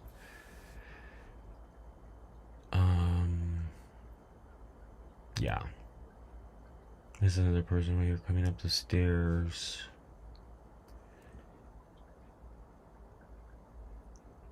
Oh, Outcast. Outcast. Thank you, Outcast. We reached 1,000 followers, subscribers, subscribers. We are all here together to expose all these. And it's like the thing about gaining clarity with this, it's not going to be just one. It's not going to be found in the documents only, right? It's not going to be found in the witness statements that we've been given access to with the footage.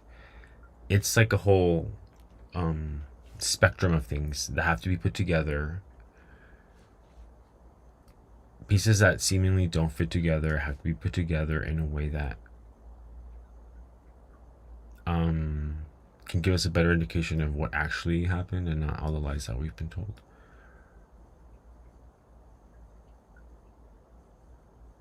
I just don't know that.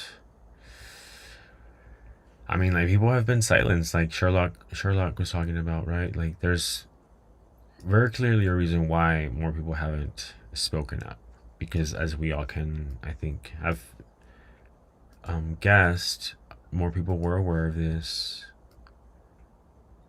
than have been made part of the case. Like, everybody in those apartments and all the houses around there, like, there's no way, you know, if people get unalived even inside their home, like, they're gonna make a fuzz, right? Like, they're gonna make noise. It's not gonna be like, oh, it was quieter than usual. What? And then I think in Molly's interview she was like, oh, it was like I was surprised it was still going, the party was still going on. And I think she catches herself and she's like, oh, the party was going on over there in some other part of town, but not where I went. Where I was dropping off the delivery, like, it got kind of quiet. It was like quiet over here. It's like, what? Y'all can't keep your lies straight. Either it was or it wasn't quiet, right? It can't be both at the same time. And that girl, one of the interviews, like, oh, it was like quieter than usual. Or like Emily's like, oh, I went to bed at 8:30. It's like, what? You must think we're really dumb, girl. This is the same one, the same redacted photo right here. So we've worked with this a little bit right here. Admittedly, not enough to be like, okay, yeah, that's definitely a person's face. I mean, actually, I guess, yeah, we could say that, because again, Monet from afar, things look more distinct than closer, right?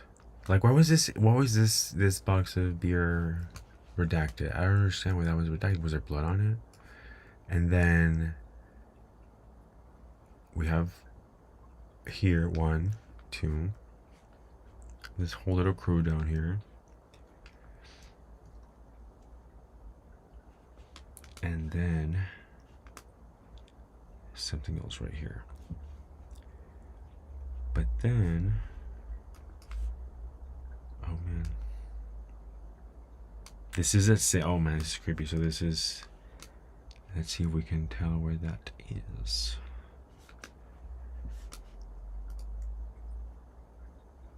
Did I just screen capture this? I guess I did, man. I thought I had. I think that is, if the directions right here, redactions right there, and this is the redaction right there, then this, can I copy the subject now? Oops. What about here? Oh, copy subject. See, it does this sometimes, and you're like, oh, what the hell?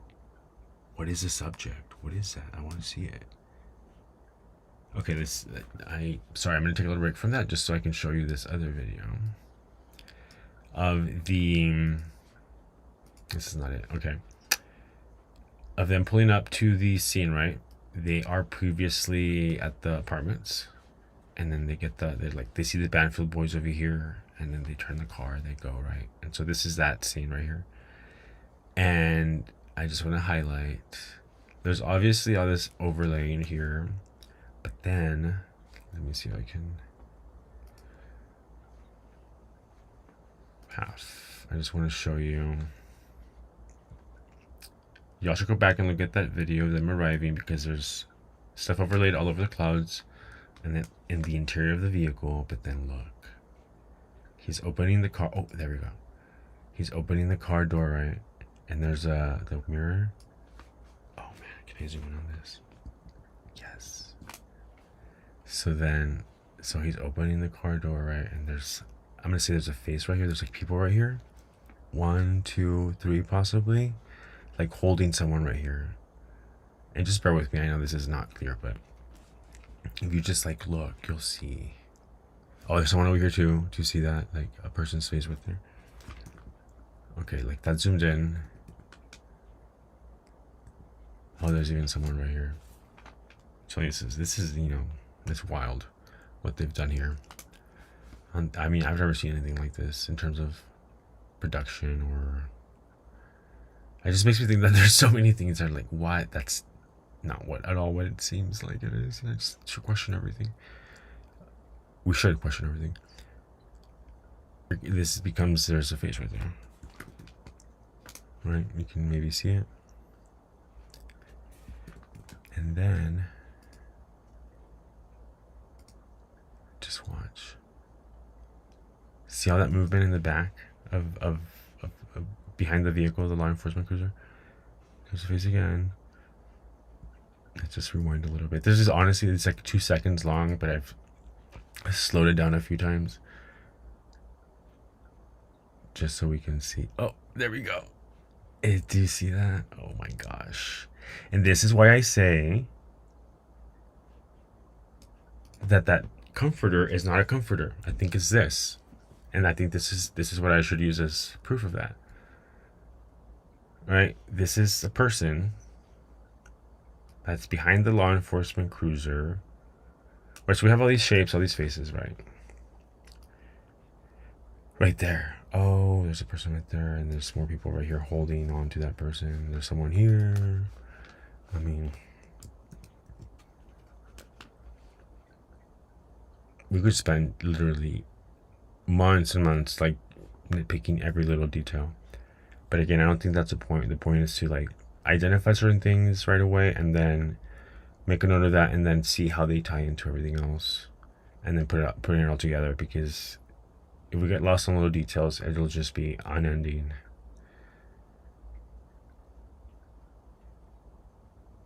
Oh yeah, I was zooming in on this to show you the suit.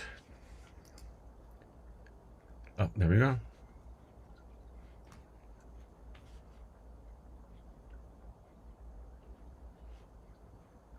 Right, this is the mirror. The passenger side mirror. And this is the scene from behind. And this is a person in that suit that I think is the same as this right here. The closest thing I could like compare it to is like a skiing suit, right? Because you know how they have that kind of waterproof fabric on the outside, like water repellent. I think this is the same as this, and I think that's the same as what I just showed you with this. Because look at it. Oh, here it is. And like the gloved hands.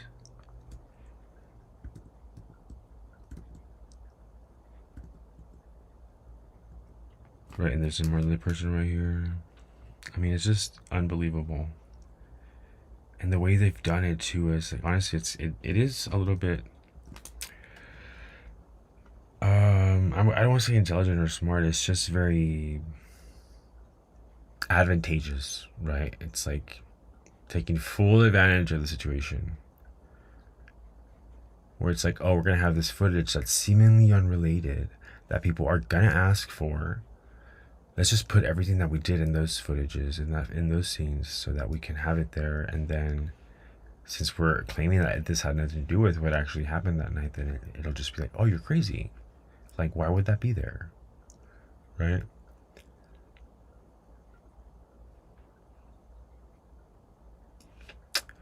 There's that one. This is another good one. I made a video about this one, but it wasn't, honestly, it wasn't that, I mean, nothing's gonna be super clear, but I think here there's more rich detail. Oh, here we go. Like, what the fuck, dude? Like that, like this. I don't even know what to think.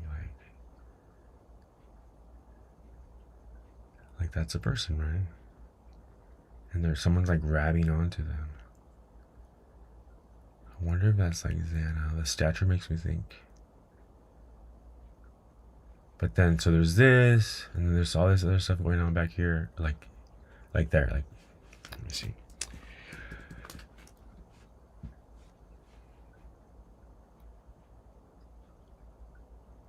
I'm like holding my breath, I'm like, oh my gosh.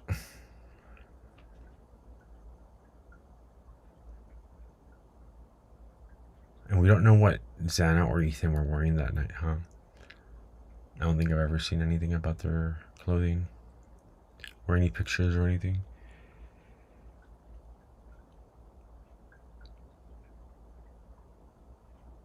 Oh my gosh. Oh my gosh. Well, let's see.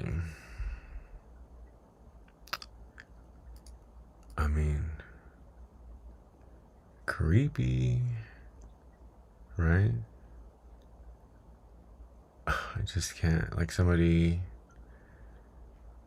explain to me how on any of this is possible, so I can take whatever you say and ask every AI that exists whether or not it's veridical, and then we can have an informed discussion about that.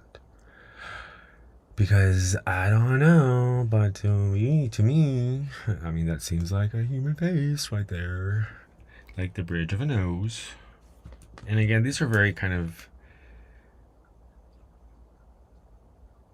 how do you say this? Undeniable. You could say, oh well, yeah, like, you know, the shape of that tree branch or the piece of that snow on the ground kind of looks like it could be like a human face, but like, well, this, ladies and gentlemen, is, you know, pretty undeniable to me. Like, there's even a specific, like, you can even almost see that, like, the bulb of the nose. I was gonna say bulbous, like Bulbasaur, right there. And then, I mean, it's almost obscene, honestly. Like, finding this and like, you know, seeing it time and again, it's like, oh my gosh, like, they for real just, like, I don't know what they thought. Do you see this? I mean, like, for God's sakes. This is a fucking creep jumping on someone else right there. And these are kind of, like, you would not be able to be like, pick up some footage somewhere and be like, oh yeah, I see that there. Like, these are very specific situations, and people are in very specific placements. Like that right there. Let's play it in slow motion so we can see the movement happen. Okay, are we ready?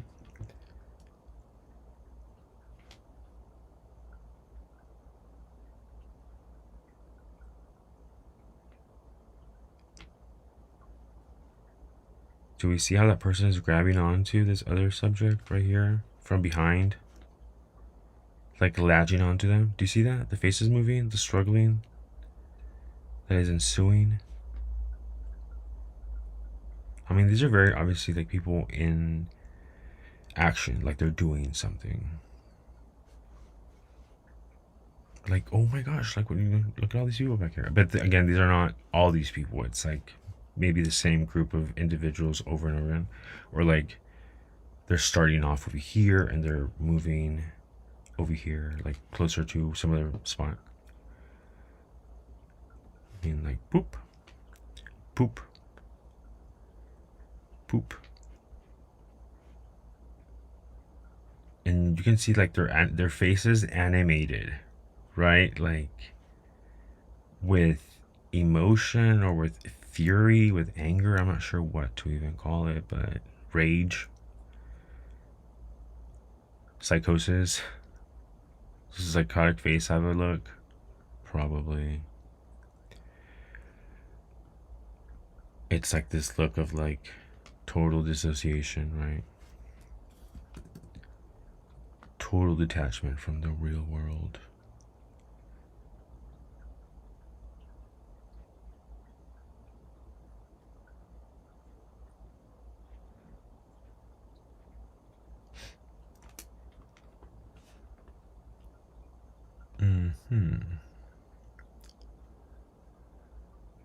Y'all see that, right? This meeting of the minds back here. Meeting of the minds. It's like Dementors. Like where Dementors go for fun. Idaho, Moscow.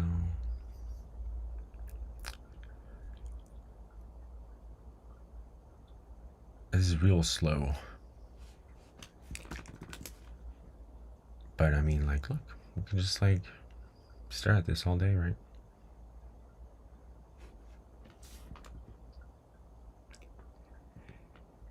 And regardless of whether or not we could be like, oh, I definitely see this specific set of features or dimensions or whatever, regardless of that, whether we can identify anything specifically, the fact that there are so many things here that are ambiguous, that are represented in such an inferior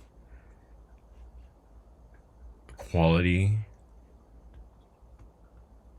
is enough to raise suspicions, because that should not be the case. Because again, this is body-worn camera footage that is supposed to be used in a court of law to as evidence, right, to represent what in fact was the case, what happened. This is meant to be, you know, representative of something that is true. And the fact that we have this video with such low quality discrepancies, and the fact that again, light, oh, I love that something so obvious, right, as like the use of light could be revealing as to the deception that was employed here, because the laws of physics make something like this distribution of light with these two vehicles impossible. There's no way that a light that is originating from somewhere back here, from the vehicle headlamp, will be this bright at this proximity to the vehicle, and then be at the same time just as bright at a distance that is further away, right? That in and of itself, any physics person, any kind of person who is deeply entrenched in the hard sciences, who knows anything about the laws of physics, can tell you that that is something that should happen. It's almost as if this light over here is brighter than this light that is closer to the vehicle. It's just that's how things work. No, that's not how things work. Okay? Oh yeah, this scene over here. Oh, just wait. This is wild over here. Behind the Banfield boys. You'll see right now. Oh, see? Okay, right here. Let's focus on this area. I don't know how long I've been on, but I think if Outcast started his live stream, I might just hop on over there. Alright, so I was trying to bring attention to this right here. Okay.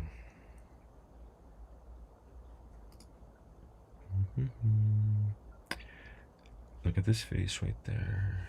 And notice how it's illuminated at some point. Like they're looking at a screen. They're looking down. Maybe I should zoom in a little bit more. There's something there, but I'm not gonna go into that right now. This face right there.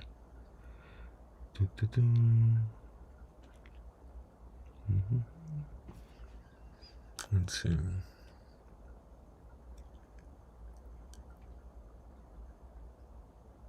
Oh, there's a face right there too. It's more than a face. It's like a face and some upper body appendages. Maybe some hands, some arms folded onto each other. Arms folded.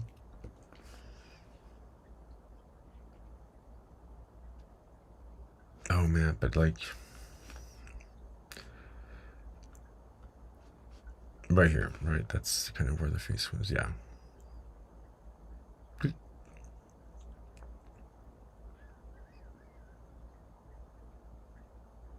It's like busy bees. Busy little bees.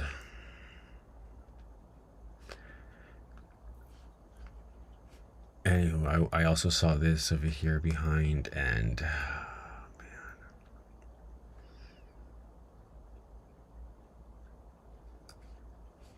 I don't know that it's clear. Probably it's for the best not to show that.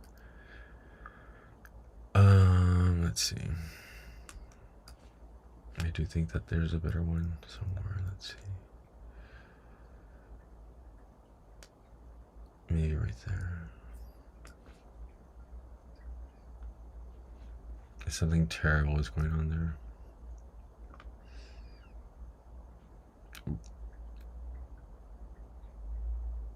Do we kind of see? Right here. Just pay attention to this.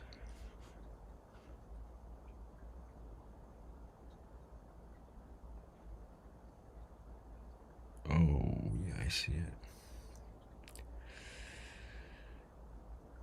Oh, yeah.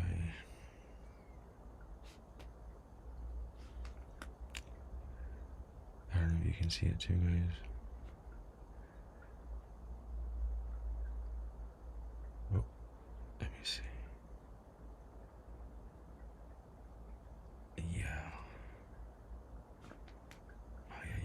I feel like that's...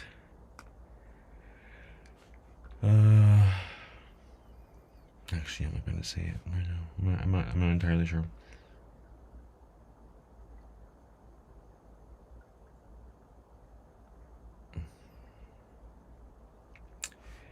What is that right there? Is that just the back of a seat? Is it actually just that?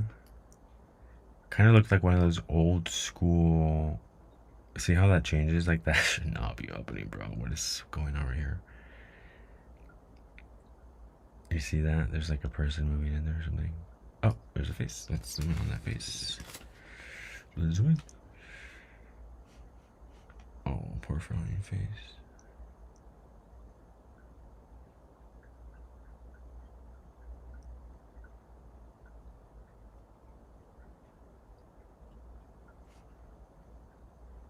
Yeah, all these busy bees over here updating their social media status or something.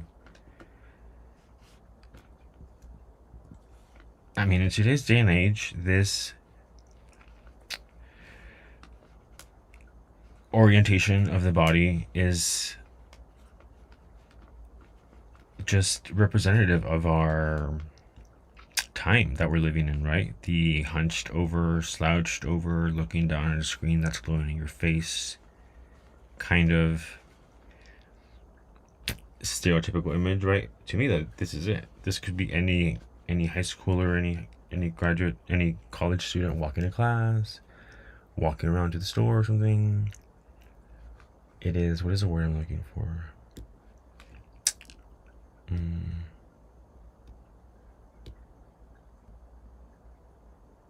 Like it happens with, I forgot the words. But these are all people right here, I think.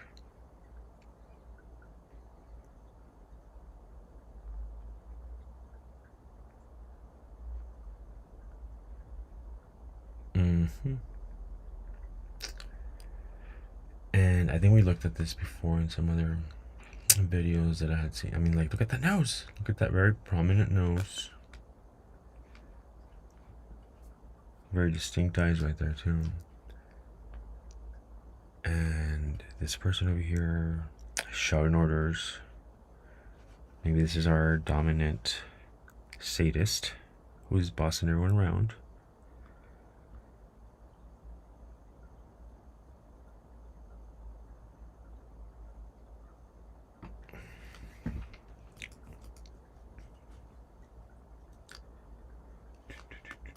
All right.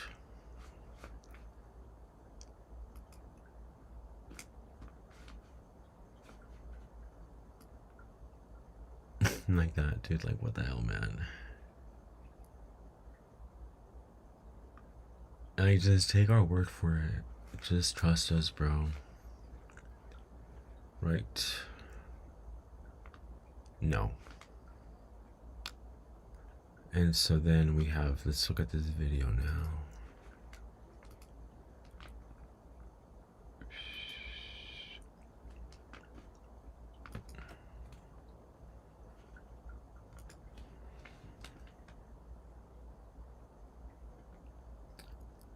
This is the one that Phoenix uploaded.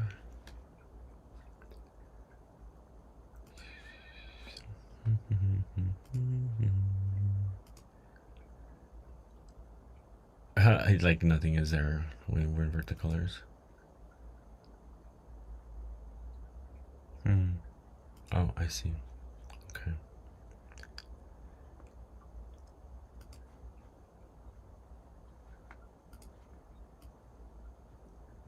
Is Outcast alive, y'all? Let me know.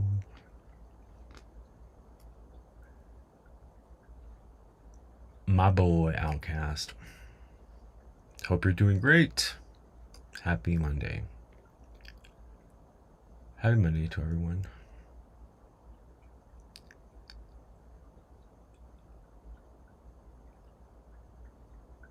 I don't know what is there is actually there. It might just be more overlaying of stuff because yeah, we see right here a person's face right there. Let's see if we can zoom in a little bit. I always lose my spots. It's over here. There we go.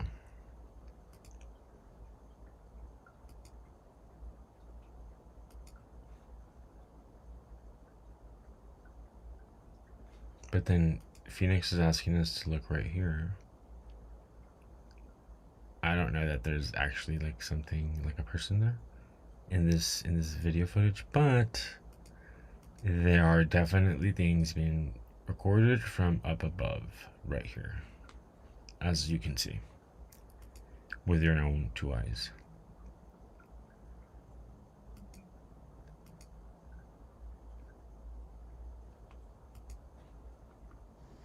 Oops, there's no volume to this actually. OMG, dude. Like what? In the name of God is one right here. Let's see if anyone can recognize this face. Let's get physical. Just kidding. All right.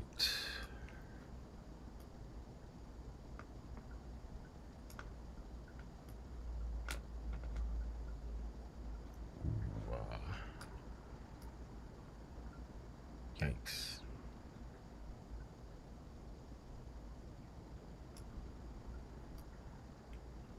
They did a really bad job. I mean, I'm not an expert or anything, but I have a good eye for never mind. I just won't reveal my secrets. My trade secrets. So Phoenix is definitely picking up on something going on. But it's not in fact what I think she thinks it might be.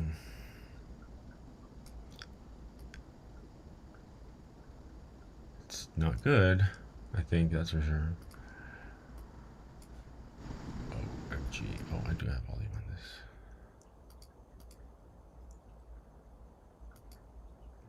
Oof. I almost feel like there's also all this back here. Do you see that? Yep. So let's look without any of this stuff happening.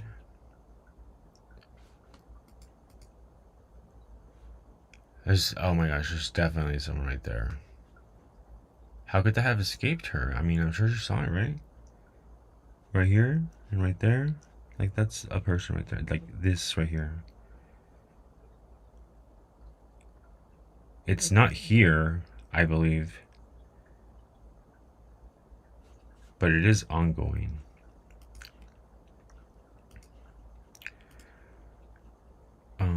Let's look. Ooh, damn. Did you guys see that phase right there? Right here. Again, it's not pareidolia because that's not how that works. Where is it? What's it right here? Yeah. Yikes.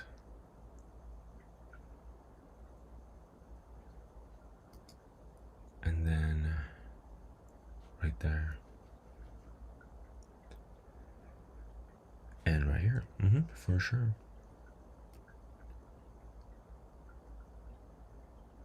Let's see. Meowza.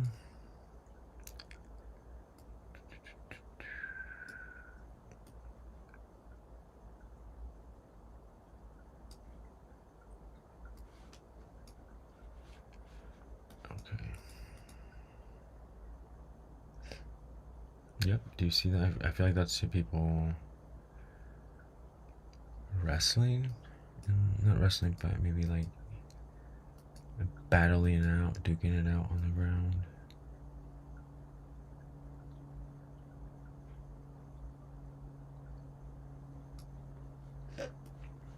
Sometimes it's better, for me at least, to kind of push the footage to this really obscure point and then kind of see if that gives me any inclinations as to what or who may or may not be present. Because like I said, human bodies are very distinct.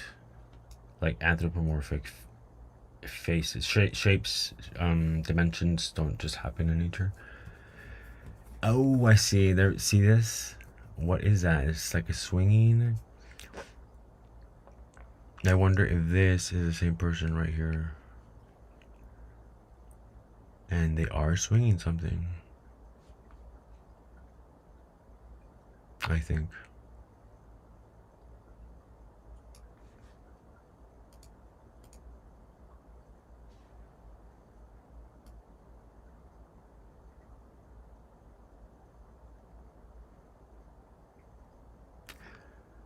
Or they're on the phone. They're on their phone.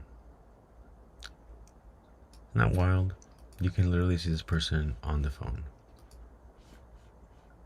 Fucking nuts, bro.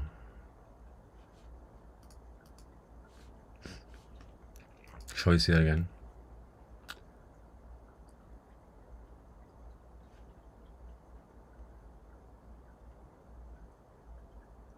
Do you see their hand right there? Oh, there it is. They're on the phone.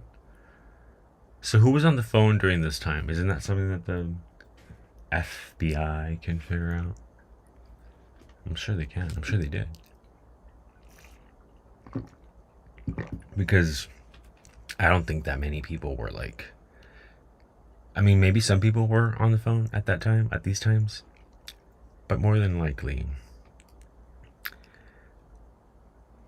whatever time this is happening at is not a popular time for people to be making phone calls. What is it, like 3 in the morning or something? 2 in the morning? Too late. Whatever the case, whatever the time is, it's too late. Oh.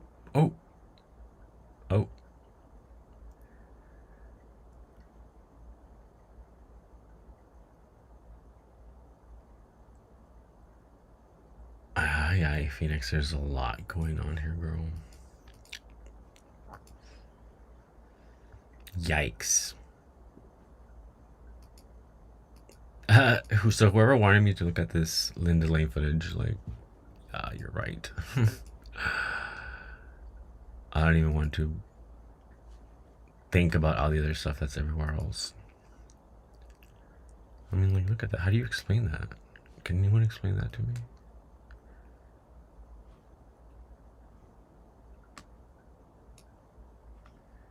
How does it happen? Oh, yeah. Geofencing, phone record digging. Oh, you know what? I feel like... Fuck. You know how a bunch of... like Verizon or I don't know who... AT&T and all these different phone providers...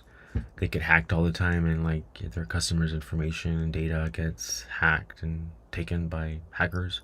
I wonder if there's somewhere on the deep web or the dark web where you can access by that information.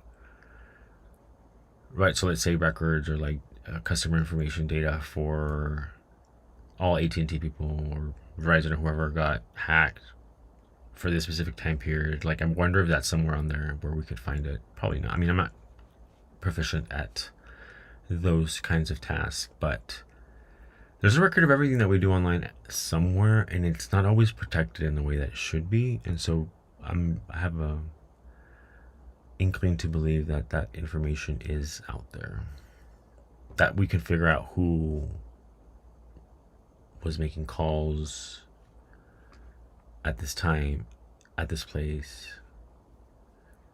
Maybe not necessarily here, but during the course of whenever the crime was supposed to have happened. Right, so Phoenix, you're correct. There is something there. Let's see what else we can look at.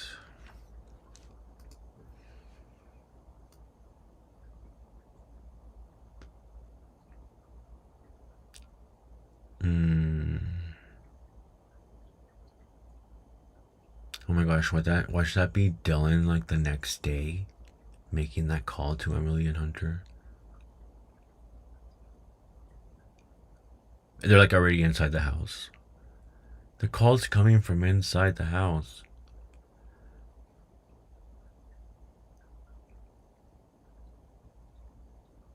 Yeah, but these are a bunch of busy little bees right here. Getting up to no good right here.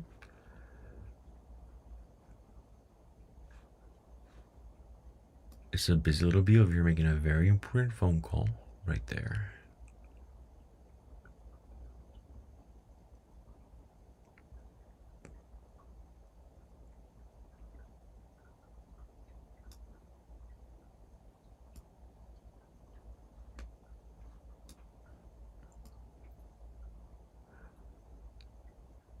Oh,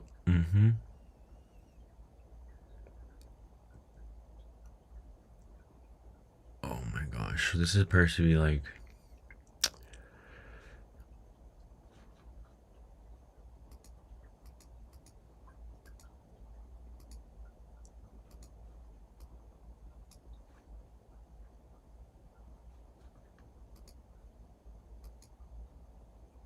It's very disturbing what I think I'm seeing.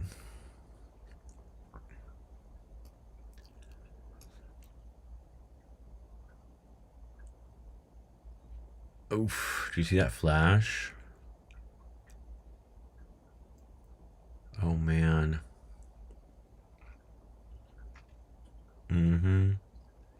Yeah, I think this is a person right here being victimized, brutalized. Like I said, a lot of this is, it's intuitive, and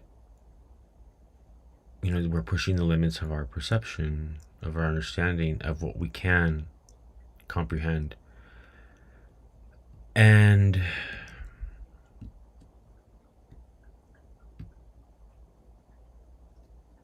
because of that,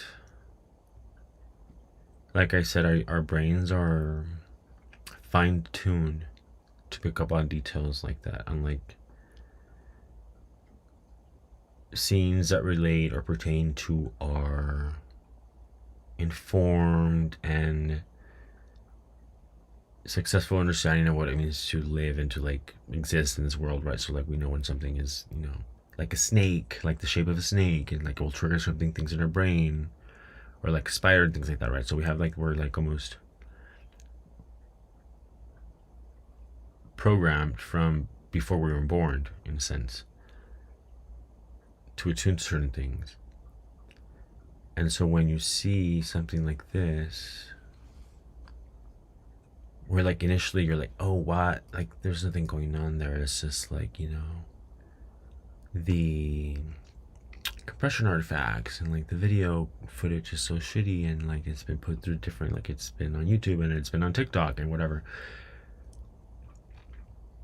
And none of that, all of that doesn't explain this. And then when you look closer, it almost doesn't need an explanation to a certain point. Because what you're seeing with your eyes, right?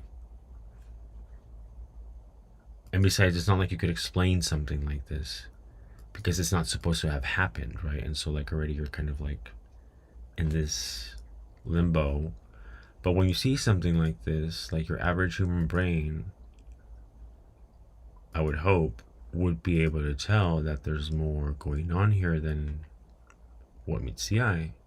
But then when you see, again, the very specific dimensions of humans moving like humans, and like, like hands move in a certain kind of way. Like if you're gonna hug someone, there's only so many ways you can do that by positioning your arms and your hands a certain kind of way.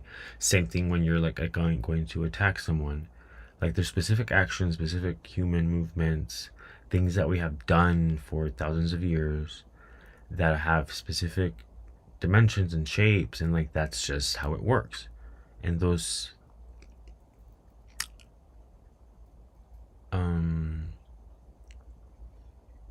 things that we can do with our bodies are in a sense already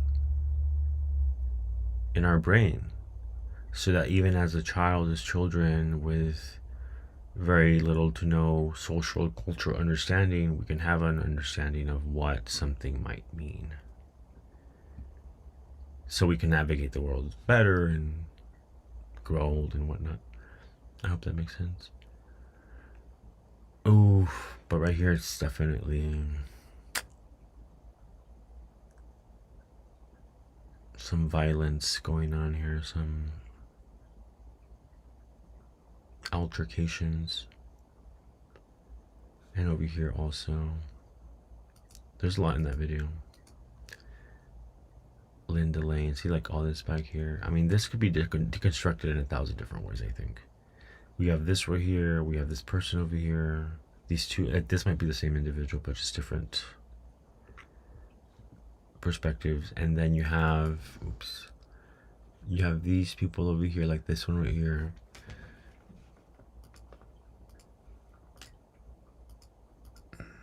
Right there.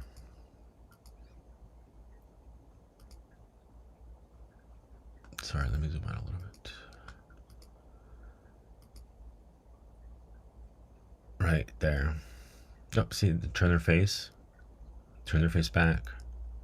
I don't think this person's wearing a mask. I think they just put their mask on, their hood on. That's wild. Let's see. There's more going on up here as well. See, they're looking at something, like a paper or something. And they're, oh, that's a person. They have a person in between them.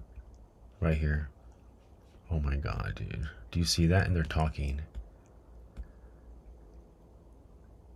Oh my lord.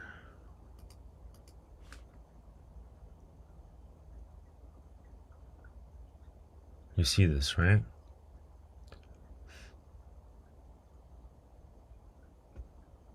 And the reason I'm drawing a distinction between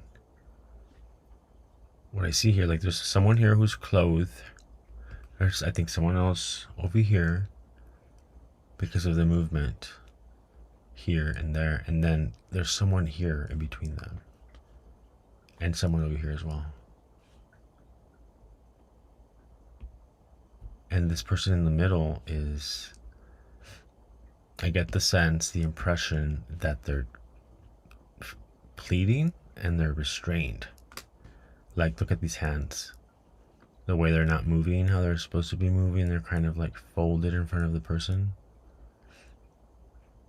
Right? Do you see that shape? Like they're like, and you can almost see them struggling to get out of whatever they're in.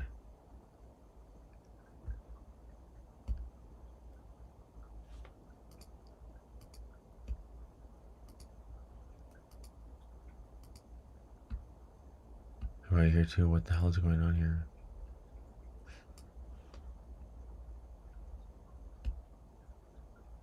Oh my gosh, I don't even want to see that. I think I can get an inkling for what is happening there. Do you see this? Do you see that? There's, again, certain kinds of things are like indubitably human. Like the way a face contorts when it's enraged, right? There's a specific kind of hideousness to a face that is enraged, and a specific kind of like tenseness and speed with that moves with someone who's enraged moved, right? Like sudden and like quick and sharp. And to me, this right here, you're like, this guy's crazy, right? Yeah, maybe I am a little bit crazy, but this to me right here seems like someone, this person, perpetrator, allegedly, maybe, is very enraged, and they're berating or attacking this person right here. And you could see, like, by the movements, like the sudden movement, and like the way that the face kind of like gets really close to the other person, almost like they're getting, like they're yelling in their face. You're grasping for straws, bro. But I'm telling you, like, I am and I'm not. Like, I am because maybe it's not totally clear to everyone, to you, but I'm not, because I understand embodied communication and nonverbal communication, and I understand that humans are, we are creatures living on the face of the earth who cling on to habit and to patterns and to things like that. And so, like, the specific look and feel of rage and anger might have differences that are cultural or social and stuff, but more or less than not, I believe that there's kind of like a universality to the most basic kind of human emotions or things that we can experience, like grief or sadness and things like there's a way that it looks, a way that it appears, that is undeniable, that even in settings such as this, it could be construed, right? It could be identified. And that's what gives the footage away. Because were this just pixelation or compression artifacts or whatever the hell people want to say it is, it wouldn't be happening how it happens here. Like, there's people hiding behind this car, I think. Right there, do you see them? Those creeps. Look at that. OMG.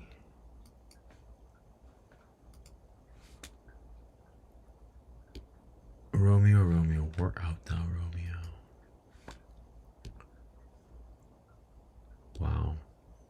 I think there's 3 people right there. And they're looking at something? Is that what is that called? What is that? Is that a telescope, bro?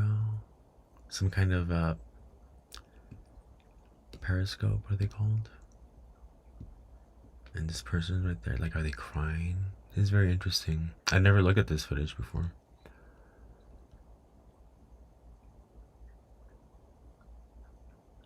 I'll have to look at it some more. Oh, is that a light? What is that? What could that be, guys?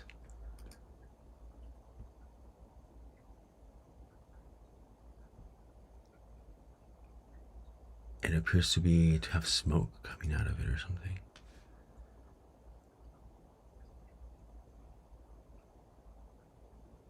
Oh, well, let's adjust the settings a bit more.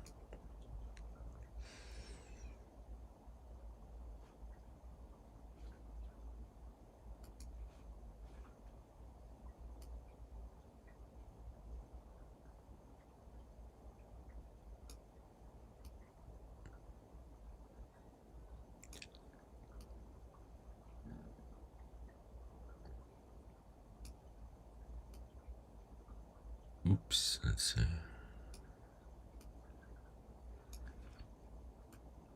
The Hales are alive.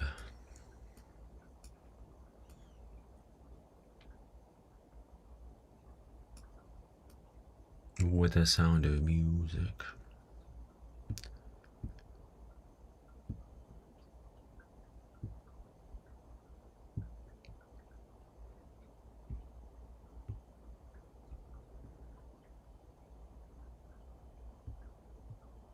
Yep, it's crazy. It's at least crazy how the space morphs so much. Bethany, 100%. If anything, I mean, you don't have to believe,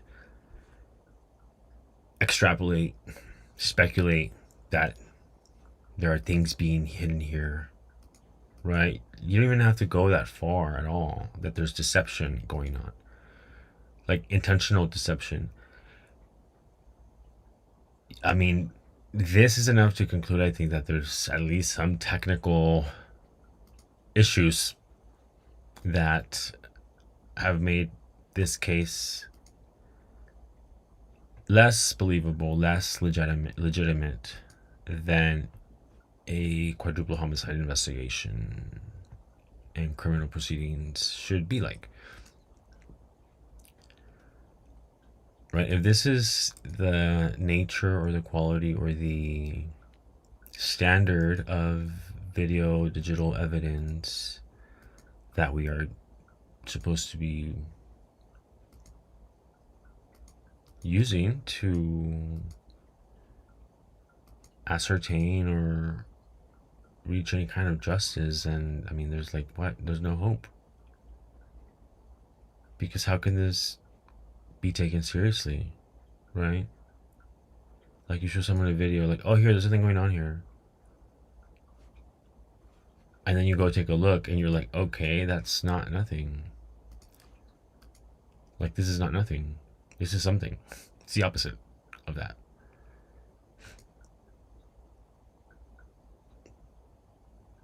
And so whether or not you believe that, there's a crime that's being obfuscated by this footage, the fact that there's something here is like, okay, we need this requires some further analysis and some closer interpretation and analysis, because if you're giving me this and saying there's something here, but then I go look and there's all these things that, like, oof, I don't know what is there, man. I don't want to see. I think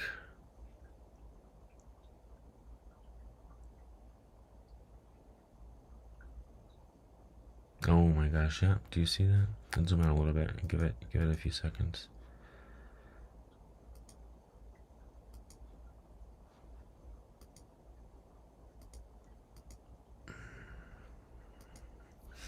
Let's just look, okay? At, where am I looking? Right here.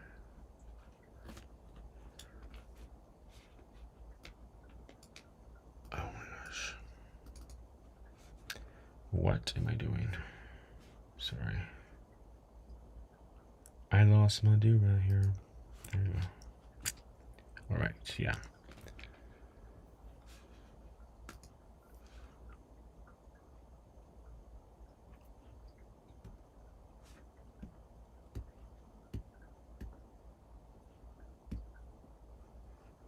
Oh, you know what? I'm gonna turn off my camera that we have more room. I didn't realize.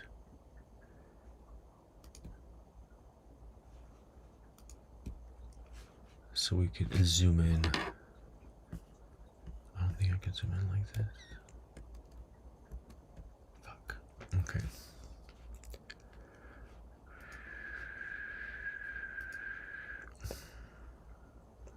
Double the size? Nope.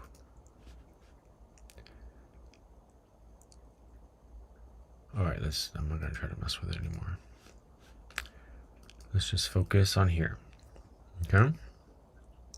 For a second.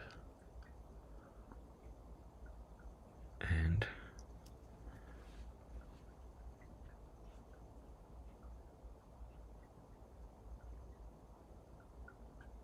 right, it does look like smoke of some sort. I don't know if that's like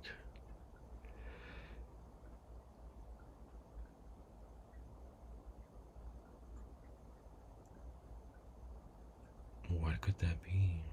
I mean, it almost looks like some kind of fire, but I mean, the way it's being held, and then again, the smoke or whatever is being ejected from it. Right, like you could see like this residue that's like right there, right? But then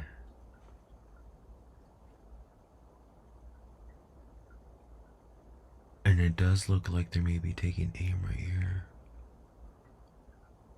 Oh yeah, I feel like that is because they're looking down.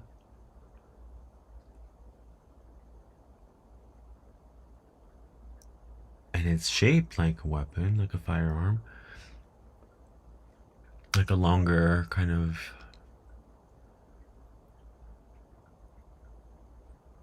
And I think right here, so there's one person here and there's another one right here.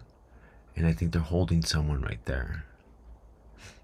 Another way that we can make all these inferences, right, is because everyone who's a perp is like clad in dark clothing. Except for that person that was like wearing that ski suit. But most of the time they're like, you know, like these shadows.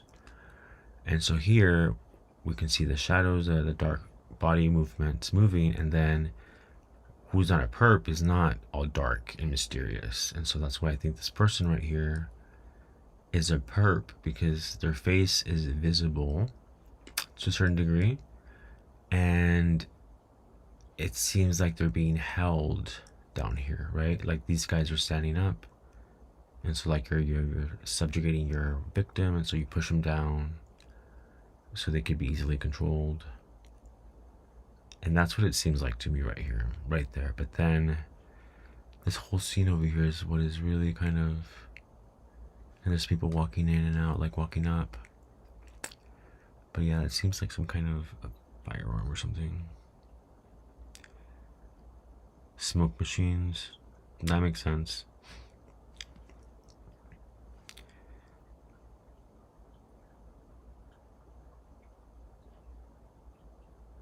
Or it could be water. You're right. It could also be that. Like my brother just washed his car, and we have a power washer, and that kind of looks like it could be like the nozzle, like the longer part, right? And it could be, you know, spewing out pressurized water. That does make sense a little bit. Just because of this longer, like the longer shape of this. And so this is not what Phoenix was pointing out necessarily. I guess that was over here. And there's also something going on right here, bro. Damn. Like right here. In this corner right here.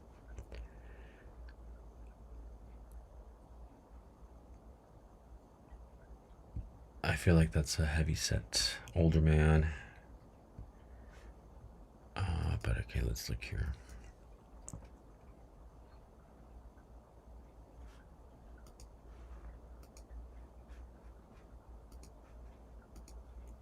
This color version tool is kind of useful sometimes, but other times it's like, oh my gosh.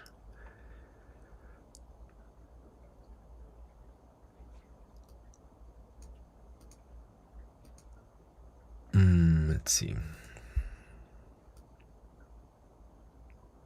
Yikes.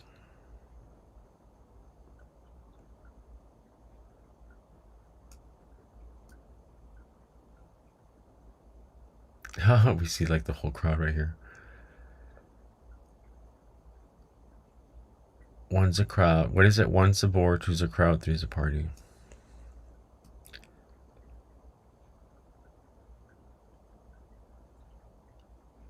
Yikes. Well, guys, there's definitely more to everything. To the Linda Lane footage, to, I mean, all of it, basically, I think, is... At this point, I have no reason to believe that it's not overlaid. Because how long has this been out, this specific footage, the 1330 Linda Lane? It's been out for a while, right? Probably just as long as the Banfield footage.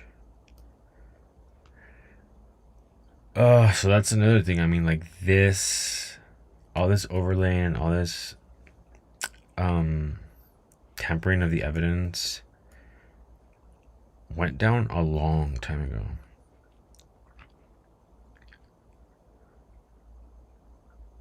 Oh, it's just so crazy. Like this whole time, man.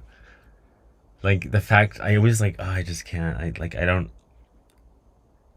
Like if the reason I kind of stand with Ann Taylor so much is because like if I were her, I would have fucking lost my mind 20 years ago because of the way that the state was pushing for the death penalty so hard, right? Like this whole time, I remember Bill Thompson getting up there and like being on the verge of tears, being like, the death penalty, the death penalty. And the whole time, that motherfucker was pretending, right? The whole time, it was never going to be part of the plan. And the whole time, he was just up there like, you know, putting up objections to the defense's motions to remove the death penalty over, and I think there were like 14 different motions, maybe.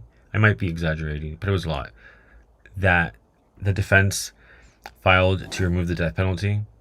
You know, pages and pages and pages and pages, and like they got experts to talk about Brian's autism and everything, right? Everything under the sun that could have been done to remove the death penalty. The defense did.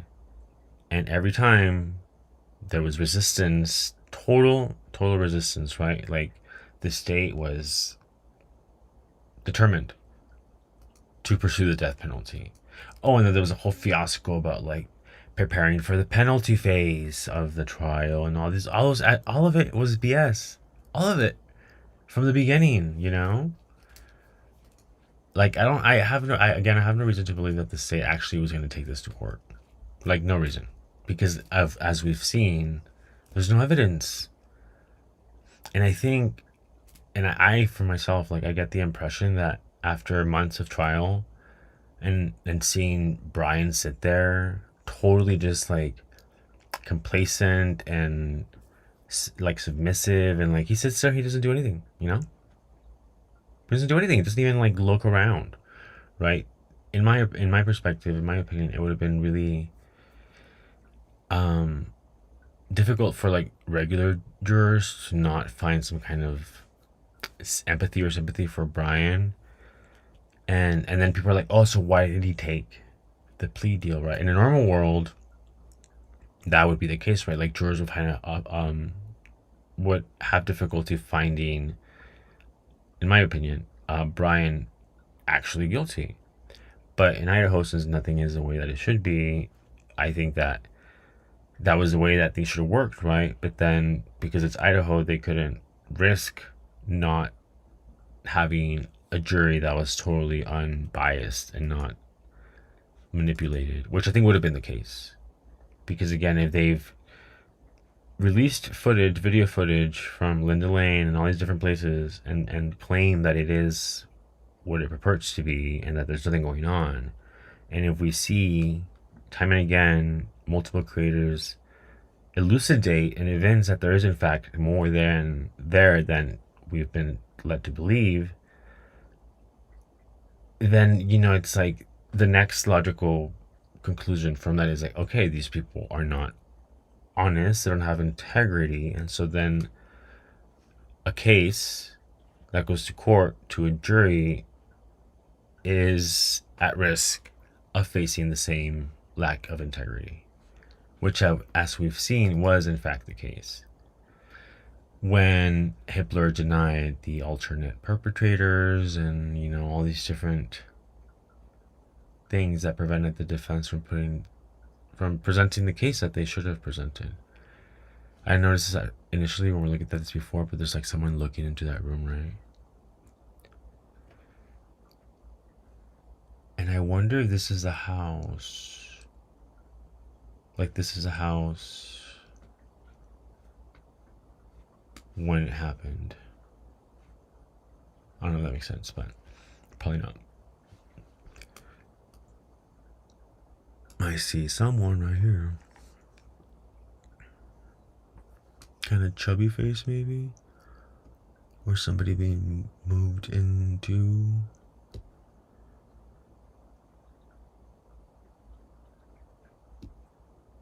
I still don't understand why this box had to be, you know, redacted. It's so ridiculous. But maybe it was for our benefit. Maybe whoever put this footage out, what do they call it? The digital evidence custodian. What did they call it? What's his face? Brent and Maury. They never saw any of the video footage. They just handed it over to the evidence custodian. Right.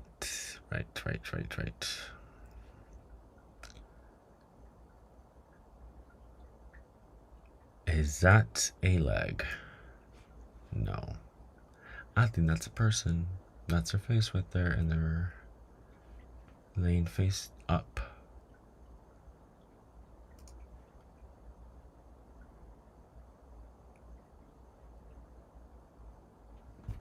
Let me see if I can. I wanted to show you. Oh man, there's so many things that I want to show you, but it's like I said, I get overwhelmed with discoveries. I'm like, oh my god, I need to make this clearer or cleaner, and then something else pops up and I'm like, oh my gosh, and I just like, I'm like a little pollinator going from one flower to another, a cross pollinator.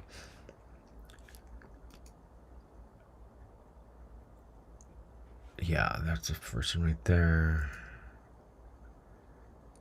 And I think this might be two people actually carrying a third right here.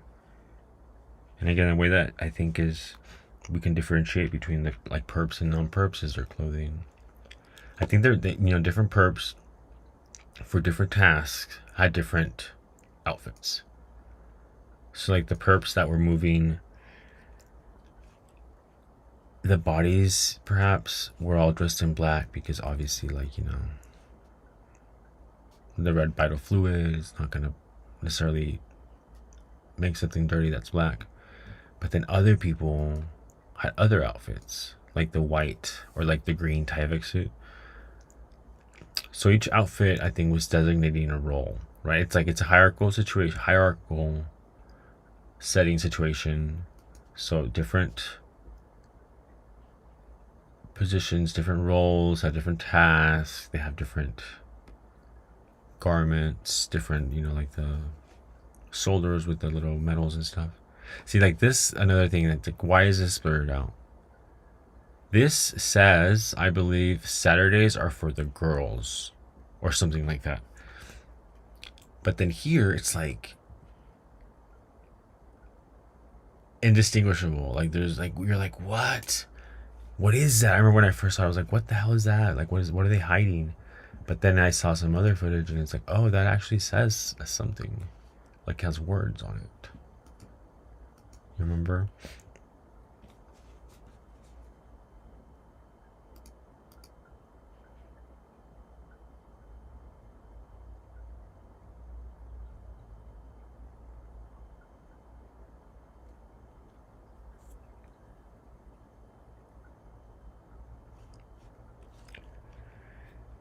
This is blurred. This is, I mean, it's just like, what? And oh, remember I was asking about if that was a couch because of the indentations. Oh, what is that, bro? Is that a fucking face right there? I feel so silly to be like, oh, is that a face? I just feel like I sound so disreputable, but it's like, what else am I gonna say? Like, if I see a face, like, that's what I'm gonna say. But it's, I think the whole goal of all this was like to create division. That's kind of like the ongoing MO of our institutions, to create division, to create hostility, and then to gaslight everyone so that we're all telling each other, oh no, you're crazy, no, you're crazy, well, I'm crazier, you know. It's unhinged. We need to take back the power. Oh, that's actually something that I wanted to start off with that, but then I forgot. I wanted to read let me see if I can find something to just, all of this is just fucking mysterious. Like, why is all this shit blurry and like indistinguishable? Like, there's no sound explanation that coincides with the narrative that everybody's been told. Again, to me, like, one of the things that when I first started seeing the body worn camera footage from the people that were walking in and out, the quote unquote law officers, law enforcement officers, was that, right? It's like, how come all this area is like a shit show, like a mess, and then the kitchen's like whatever it looked like, right? Like, not this. And I was just like, yeah, there's something weird going on here. Specifically with the kitchen, it was almost as if that space was purposely cleared in a way, like to create a kind of pathway, right? Like to make foot traffic easier to navigate through that space, through the kitchen. And because the back door, I think, was less visible, right, from security cameras footage. And I think that's how everything was, not everything, but like the most kind of like important moments were navigated through that space. I'm trying to see if I can draw this out more, but like, this, man, like, what is so weird.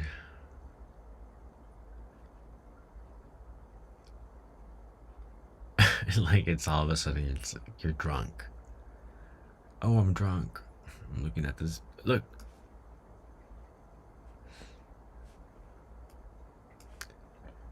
Why is there a face on my pillow?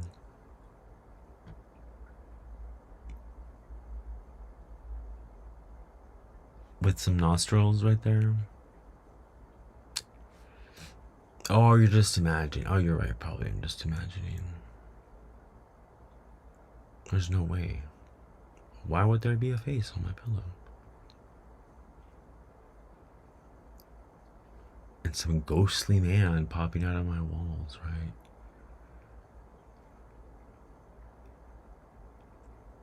Insanity.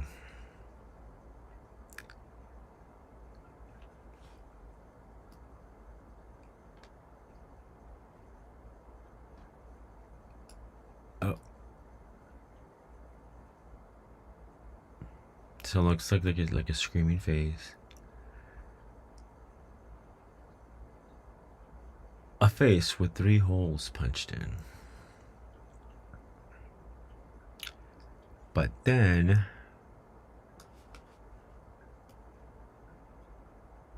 I remember that scene in Scary Movie where one of the William brothers is like, but wait, folks, there's more.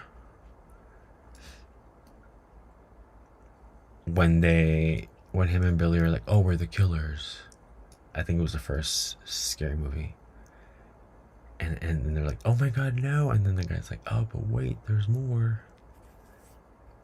That's the Idaho4 case. There's always more.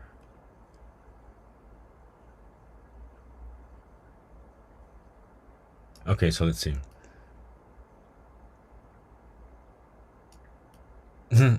I wonder what this pillow looked like actually.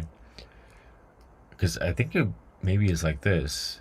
I'm reverting to original, but maybe not. But like that is a poor little face. Oh, and like right here, let's look at that. Is that 3D art? Do they have 3D fucking art in their house? I don't think so. Like, why is there like a human body coming out of this art right here?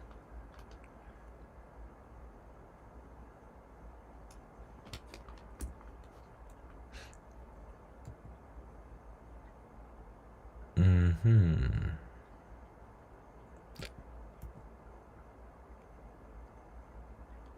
Oh, this is oh man, this terrible scene right here. This is, let's see if we can revert. Nope. This is supposed to be the end of the body-worn camera footage where they're going back to the car. And Rosie just can't help himself. He has to take a look. Oof. I mean, sad times right there, man. Oh yeah, this is where I was gonna say this. Okay, so there's a meeting happening here. I'm not sure where, but there's a meeting. And then they bring, there's this guy who's in charge. He's right here. I think he's also up here somewhere. I'm gonna try to draw him out. But he's like telling something. There he is. This guy right here. He's like right here. He's like making a scene. I know you're like, what is he talking about? But I'm trying to. I was showing my mom the other day. I sent her the picture and I was like, do you see this? And she was like, what? I do see that. What is it? See, like right here.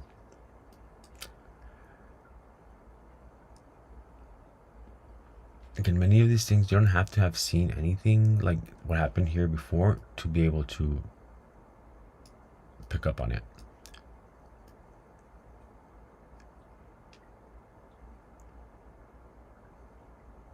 Like, you don't have to have seen, there's no prerequisite for you to have witnessed an assault or some act of violence to be able to pick up on these things. Like, it's just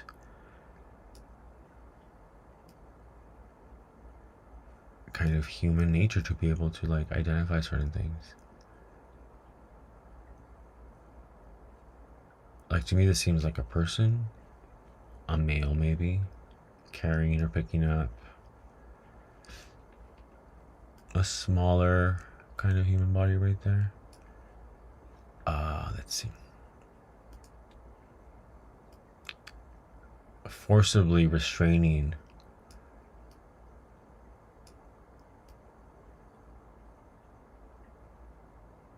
a body, a person. Let's see. There was this gentleman right here. He's not a gentleman, but he has a beard, I think. And maybe a goatee. I wonder if that's... It can't be Fry, right? Because Fry didn't have facial hair, from what I remember. Oh man, how did I make this?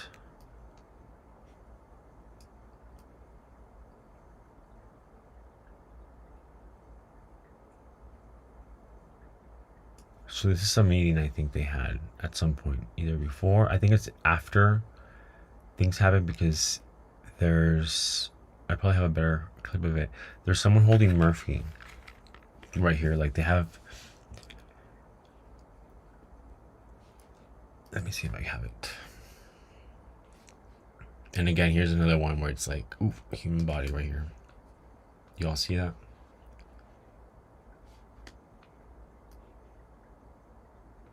Oh, it's so crazy.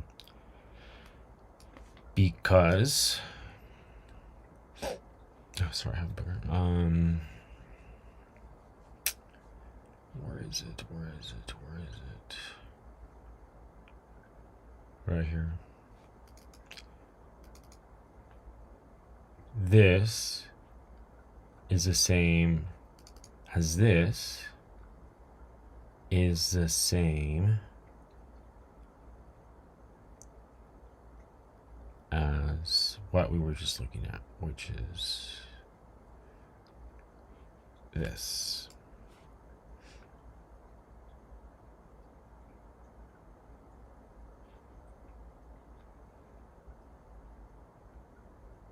Where is it? Right here, this one. Are these the same ones?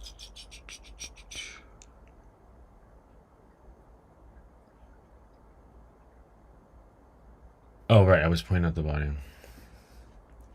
Right here. Oh, let's see. And you know what I hadn't seen before? I know Rolo and some of the people had mentioned that in this scene, in the fire hydrant scene, that they'd seen Kaylee's body up against the fire hydrant. And I just saw that at some point a few days ago also. For a few brief seconds, but it's definitely there.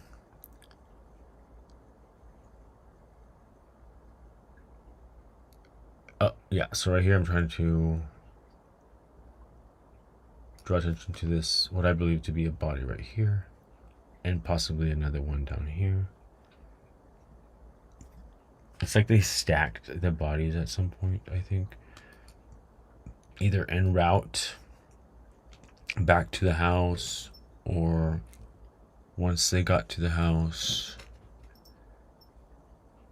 while they were trying to figure out where they were going to put everything. I think there had to be I think something happened that made them change their plans a little bit. Because I don't believe things I don't think were supposed to be as sloppy as they apparently were.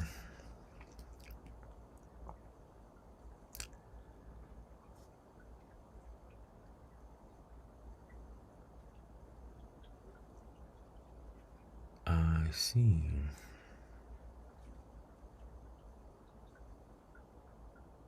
Yikes.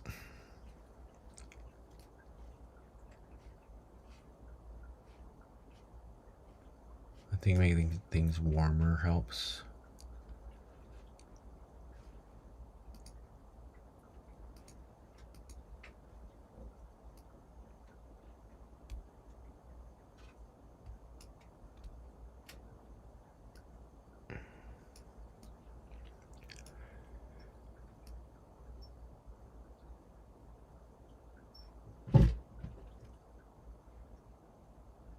Oh, I feel like I'm gonna make an art series out of all of this. Like, I know something will come out of this. I'm not sure why I feel that way, but I think I know. I mean, I just know that things will be revealed. I don't know that, I'll be the catalyst for that, but I think that what is happening in these images and like what they've done and what we've gathered so far should be interrogated more. It should be like everyone should know. And one way to do that is to like make it, be like, oh, this is your new kind of abstract interpretive art nowadays is we make it from tampered body-worn camera footage.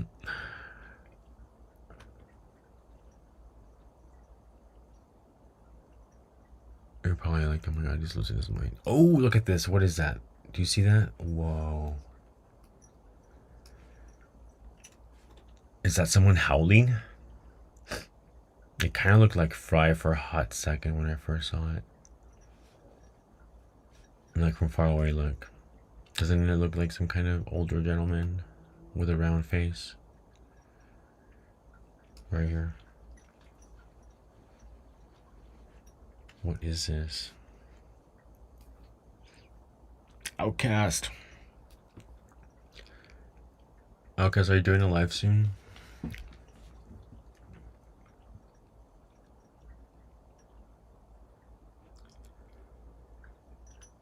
Because Oh, no shit, Sherlock. You're probably closer to solving this than I am. But what in the name of anything is going on here? Oof. Nope. It's almost like it reminds me of that lady from Home Alone with the birds. It kind of gives those same kind of vibes because of that lady was wearing like a hoodie or something. She was clad in winter clothing for a New York winter.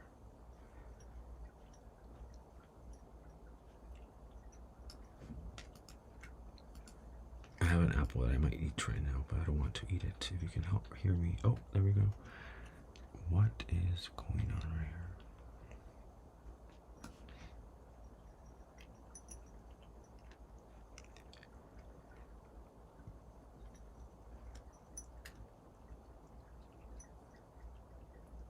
Pigeon Lady, yes, Pigeon Lady.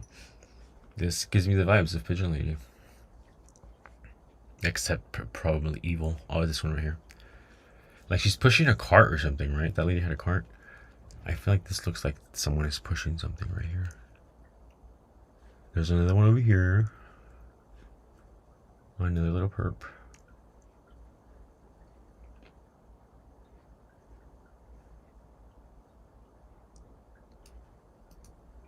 It's just so crazy, man. Like everything that they've done. Again, we sound like a deluded and cons, and like we're conspiracy theories when we say they, right? Like who's they? But it's the entire apparatus of the state, like the criminal justice system. Like you take a pick. They, the apparatus of the state. It's just like all the things that should work in our favor are seemingly like stacked against us, which is weird because that's not how things are supposed to be. But I guess that's what they meant with the COVID, the new normal, right? The new normal is that it's like we just are supposed to take it and not bat an eyelash, don't question anything. Like George Hitler was like, oh, I can't believe anyone who questions the victims. But then Andrea Burkhart and a bunch of other people were like, well, you know what? That's actually what we're supposed to be doing, bro. I think you forgot how things work, actually.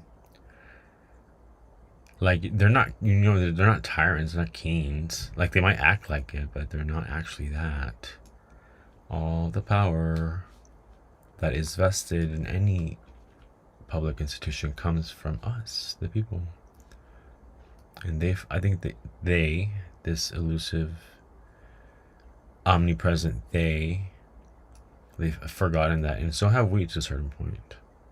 Because if we hadn't, we wouldn't be at this point. But it's none of our faults, right? Because we didn't, make this world. I guess our parents did. Let's blame our parents. It's all our parents' fault. Just kidding. It's so crazy to think, though, that like the 90s, to me, the 90s are like the best time in the world to be alive. Because, we hadn't completely went overboard with all our,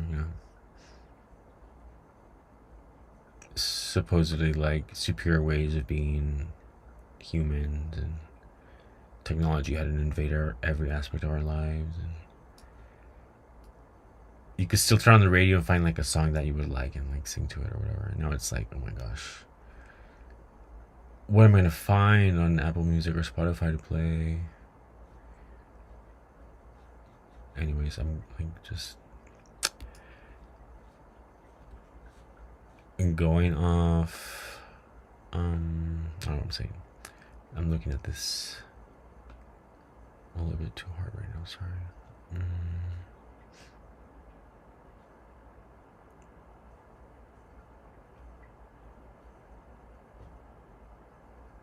Is that a butt right there, or like some boobs?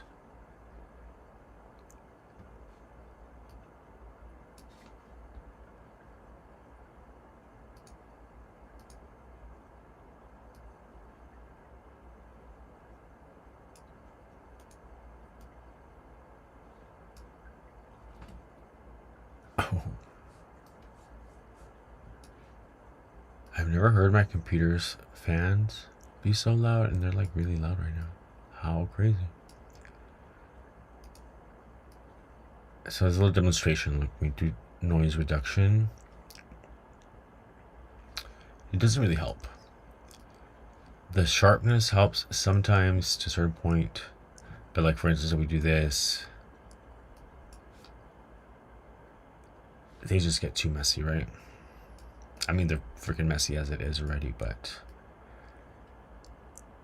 okay, let's revert to original. And let's zoom in on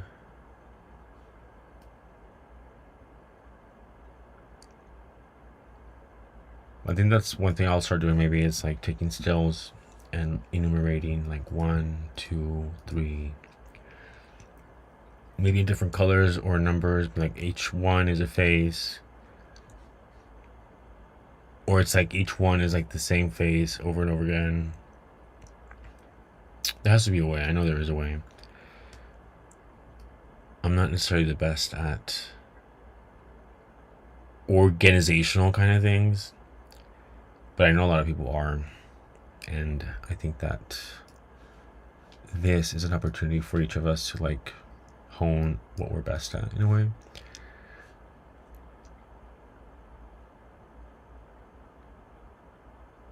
There's the other video. It was a video that Outcast put up. Let me see. I think I have it right here.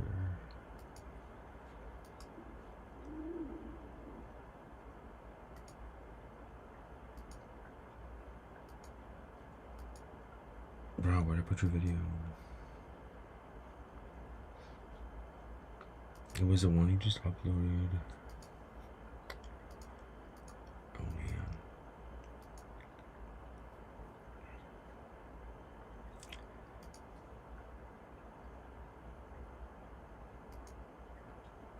I thought I had downloaded it now, because let's see.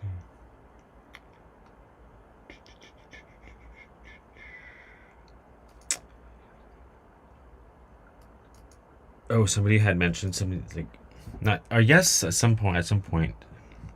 Never mind. I'll talk about this later. Like, there's just so much. There's so many different things that need to be acknowledged and addressed in order to make any sense of not only the footage, but then how we relate to the footage, and then how the footage and how our understanding of like that as evidence also affects our social relationships, right? Because when you see like this body-worn camera footage, right, and you have an individual who's like, oh, I see something, I see a face, or I see a person, or whatever, and then you have someone else who doesn't see anything through no fault of their own. Maybe they're not necessarily like skeptical or biased, they just don't see it, right? But that in itself, that difference in perception, and some people see it, some people don't, creates a difference. It establishes a difference in terms of how we relate to each other, right? And so it's not just whether or not the video's actually representing a fact, something that did happen. That is almost kind of like irrelevant now. It's not. It doesn't really matter whether what is there is in fact what it purports to be. But what really matters now, I think, what is being highlighted in my perspective, all of this is, if someone doesn't see it and I do, how does that impact and how does that influence how we are able to relate, right? Because it's not like someone has to be correct or incorrect, but kind of, in a sense. And so you could respect what someone's difference of opinion, but if that difference of opinion stems from something that purportedly should be a fact, then you could be like, oh, well, we have a difference of opinion, let's agree to disagree. But if you're agreeing to disagree with a person who you think who is actually, based on that disagreement, wrong, you know what I mean? Like, then I feel like that creates a kind of like a tiered system of alliance in a way, and it pushes us to be more, and this is what the algorithms do, and like it in a sense predisposes us to be more prone to getting stuck in echo chambers, and that in itself also creates the division that is part of all this, right? It's what I mean with the what I'm trying to get at with some people see it, some people don't, is not necessarily like, oh, some people are just like more prone to hallucinating than others. Um, it goes beyond that. I think it's this all of this is the media, mass media, and the speed at which with which media is disseminated is, I think, creating some things that are going to be very problematic. I mean, they are problematic now, but moving forward, when less and less of our actual lives happen in real time, right, and they happen more on this online digital time, certain things are going to be more and more pervasively destructive. See, when I first saw this over here, I thought it was Xana trying to hide behind the TV.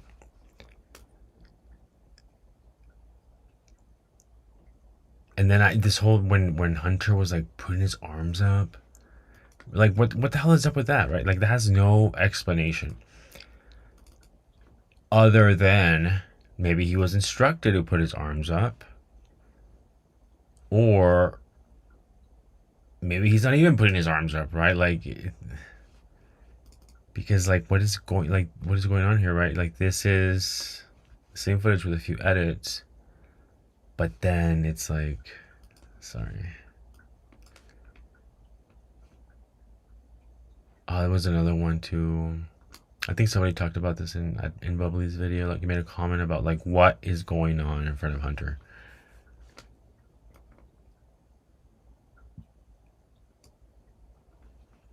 Because at some point, I don't think I got a good one.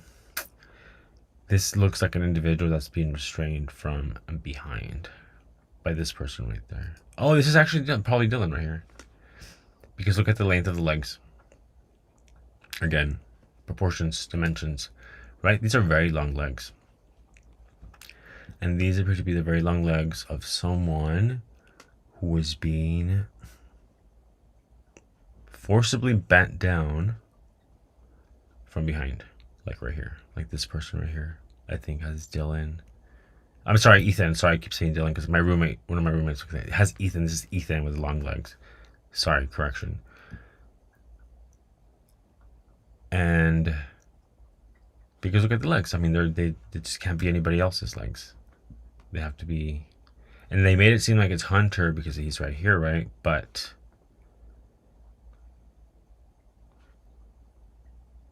look where the knee's at. That doesn't make sense, right? That would mean that he had this really long torso and then really tiny legs right here. If it's not in fact a person being bent over in this other scale, because he's larger here.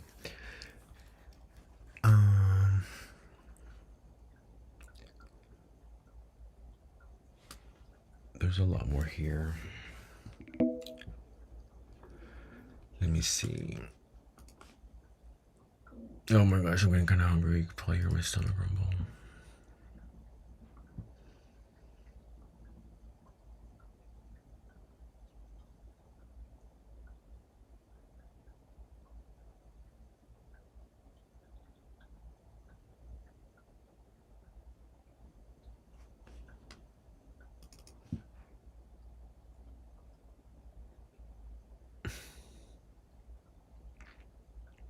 It's just traumatizing to think that what they could have done to all of them, you know. It's not like any one of the victims had it any easier than any of the others. They were all brutalized. Overkill, as we say. when you inflict more violence than is required to commit the crime, right? That means that there were other motivations, other things going on. And to me, the fact that this happened the way that it did, it just speaks of some kind of betrayal.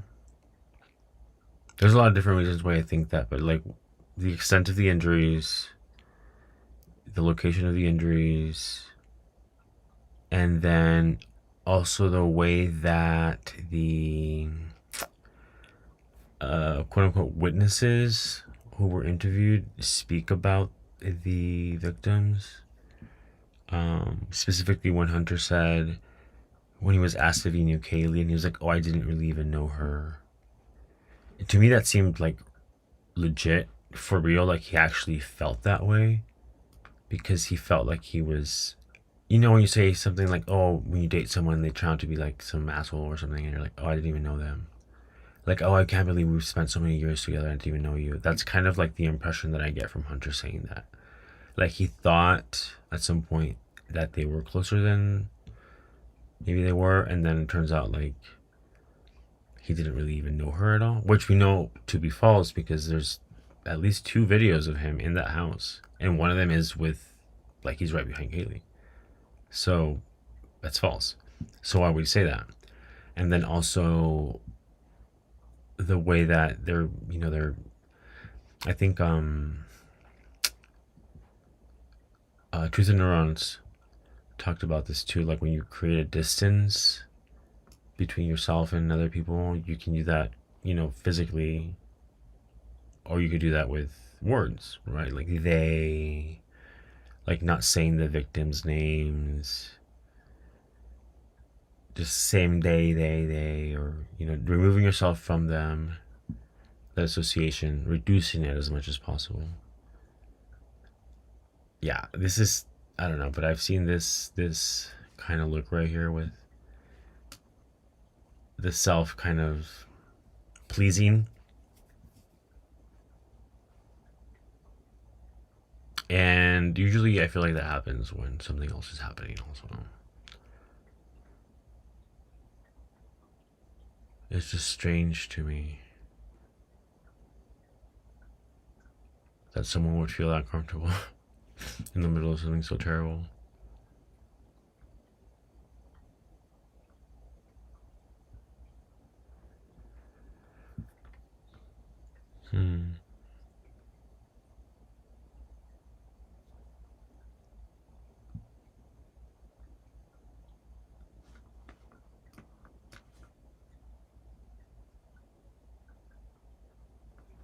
Freaking weird, man.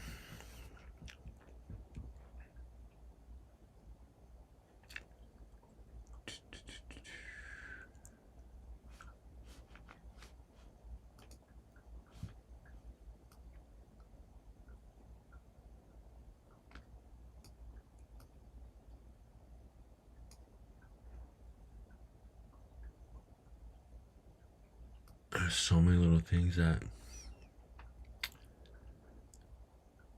like could be something, but then, oh yeah, there we go. I think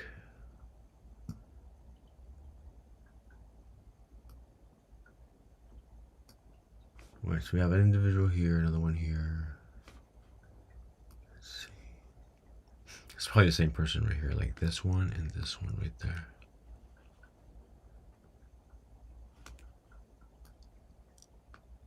Oh man, it's just like I can't like.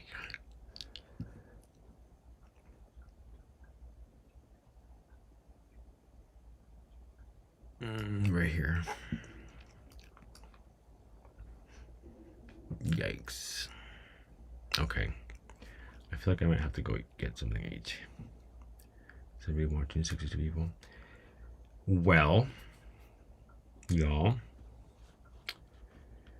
I know there's a lot here to consider. Thank you for bearing with this, which is officially kind of like my first real live.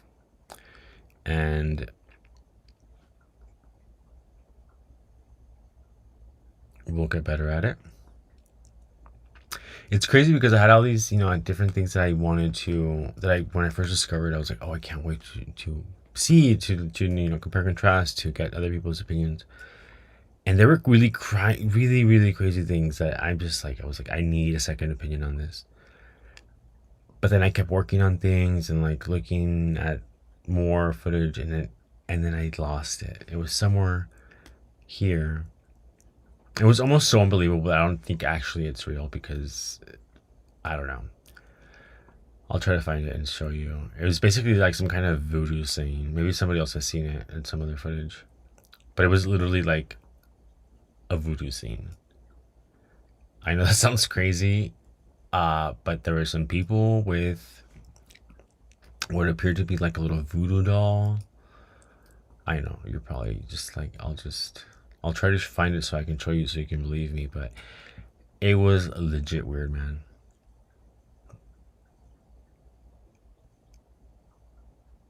But I mean, I guess I should expect that from this. Because of all these things that we're seeing right here. Like, there's a warped face right here. I think that's a person right here. Let's see if we... I know, let's do this. There we go.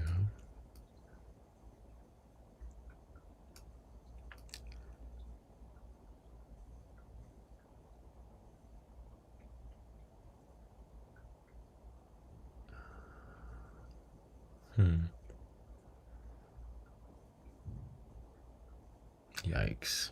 Some scary shit, man, like right here. I mean, I'm not scared necessarily. I don't mean to be like, oh, I'm so scared of this, but it's like, I can't help but put myself in the shoes of whoever was going through this, and like, fuck. How terrifying. That's why we can never be caught off guard, expect the unexpected always. Because I guarantee you that none of the victims thought that whatever happened to them would happen to them, because otherwise they would have gotten the hell out of town, And so they were caught off guard. They were, in my opinion, misled, fooled, tricked into believing they were safe in that town. And for a while too, I feel like they, you can't just, like the Tyler Robinson and Charlie Kirk fiasco, how they, True Point announced they would be there at that location at a certain point, like a week before the event or something. And so I think I heard George Webb talking about this. And so then that would force us to presume that Tyler heard about Charlie's upcoming talk at the university, and within a matter of just days, right, like planned everything, even though he'd never been to that university, that campus. It was 4 hours away, right? Like all these things that don't make sense had to be kind of like discounted, right? The fact that he was a university student there, he'd never been there, or was 4 hours away, like all these inconsistencies have to be ignored for Tyler Robinson to be the person who pulled the trigger and shot him from far away, shot Charlie Kirk.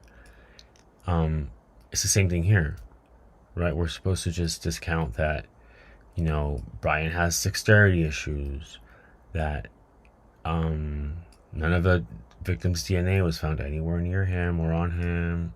They had no connections, right? So all these things that like are just kind of irrefutable things that prove his innocence, or are exculpatory, at least to a certain point, have to be ignored and discounted.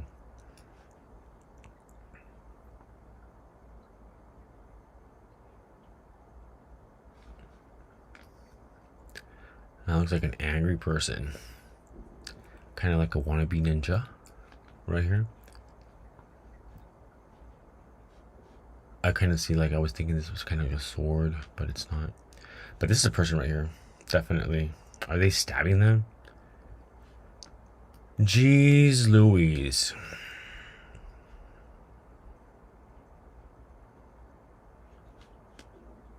Oh my god, my stomach is grumbling.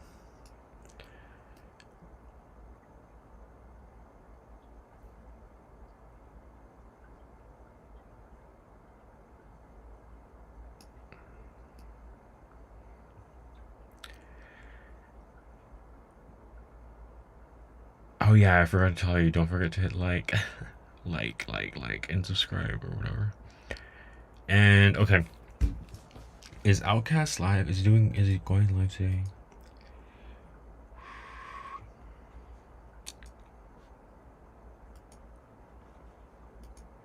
Oops.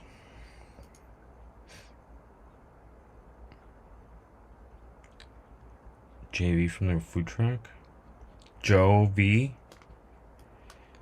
That guy is creepy as fuck. Like, if anyone's an incel, I think it's him. No offense. But right, I mean, like, there's a lot more here. And let's see. So this is a crime scene photo, right? This was the photo that I got. I think Lucy posted the footage, the website of that person who Jules referenced in her video a few days ago. So Jules referenced this person, and then Lucy put up, like, shared the website where they have other media that's been released, like archived by like a different body worn cameras and documents and all of that. I got this picture from there, from page 6. I think she even said it's like this. She sent the link and then she put the page. This is that.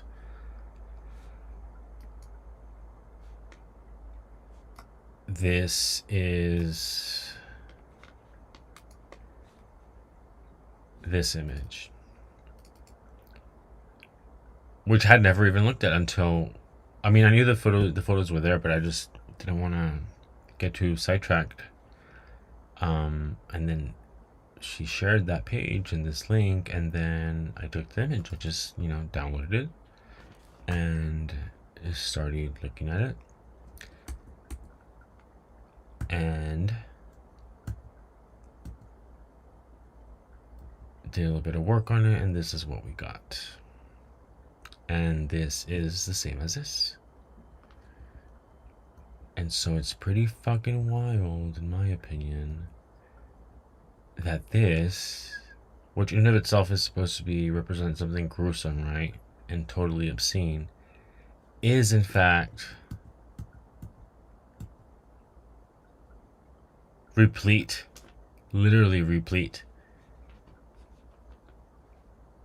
with so much more than,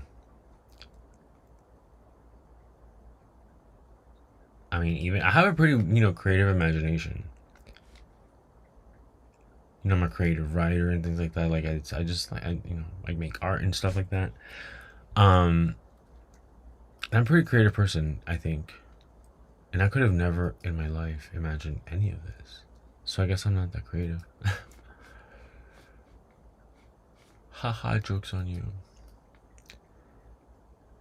The criminals are more creative than we are. Nah, we gonna get you. We gonna get you.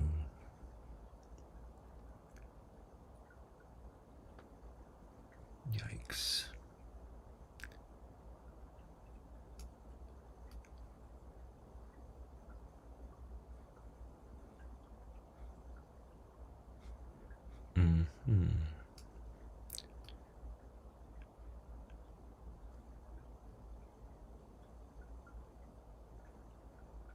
I'm convinced now that if we zoom out, the main focus of each scene, of each frame, is in fact the faces of the victims. I think it's like the feet, like the highlight. The main focus is that.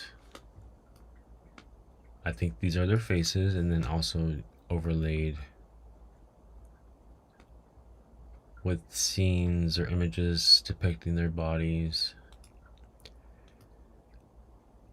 So just think about, like, I know it's difficult to imagine because none of us would ever do these kinds of things, but like, let's say you're filming a little short film, right? A little horror short film for a school project or something, and you want to get an A, right? And so you want to get as much detail, right, as like possible.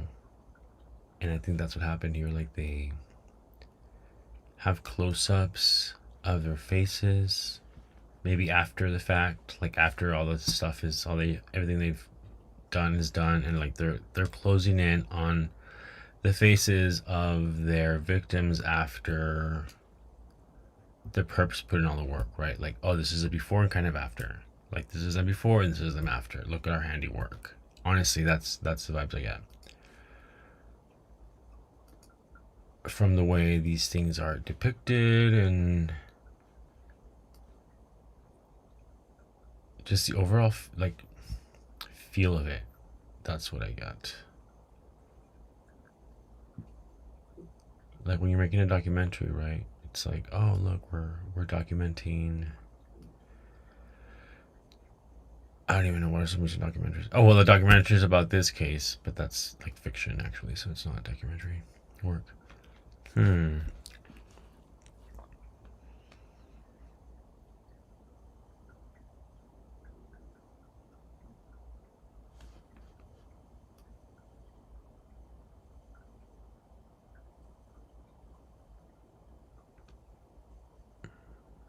Very interesting right here.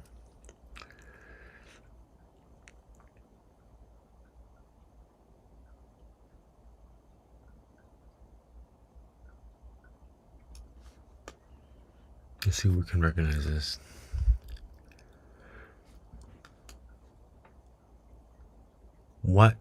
Where could this be right here?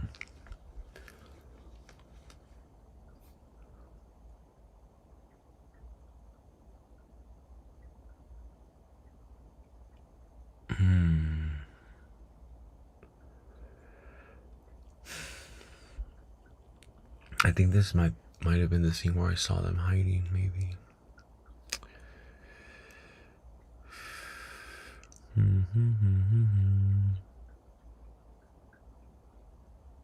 Like, and also I maybe repeated this at some point, but from the looks of it, it seems like there was some, and if rats were involved to any degree, there's a lot of organization that goes into anything that a frat does. Like, everything has to be planned out. People have to be designated for certain tasks and things like that. Very hierarchical. And to me, in a lot of these scenes that I've seen, it seems to be like there's a lot of organizing going on. Like, people meeting, congregating, and like discussing things. Like right here, like this group of people right here. I know you're like, what group of people? But that's a group of people right there. And I believe there are many other instances. Let's take a closer look at this right here, like, because it's quite disturbing, I think.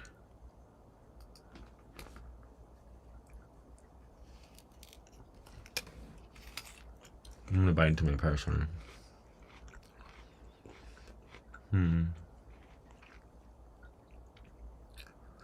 Yep.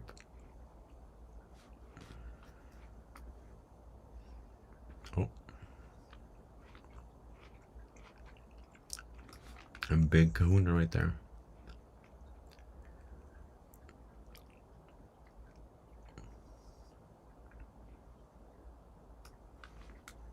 Right there.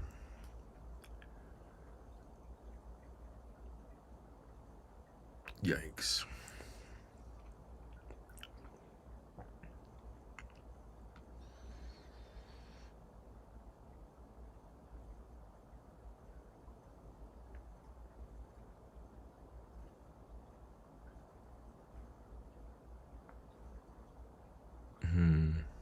Okay.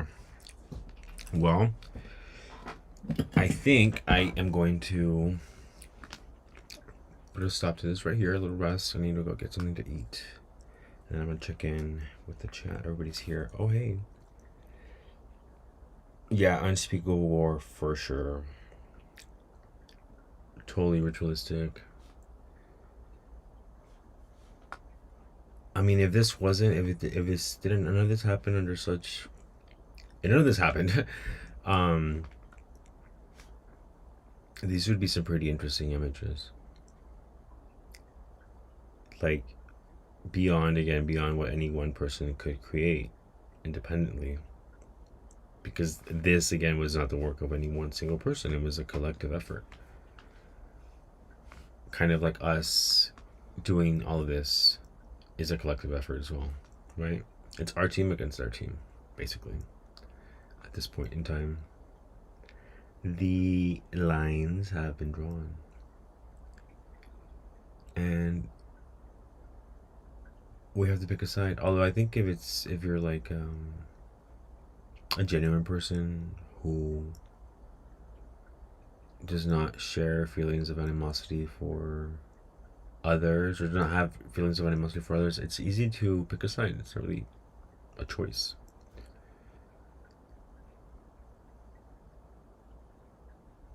Sick people, for sure. Christina! Hello, Christina. The two knees by the edge of the bed.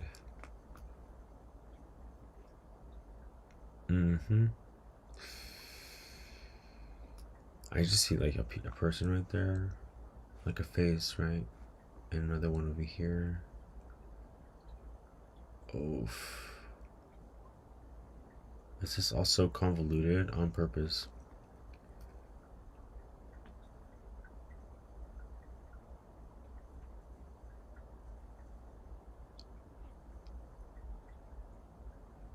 Oh my gosh.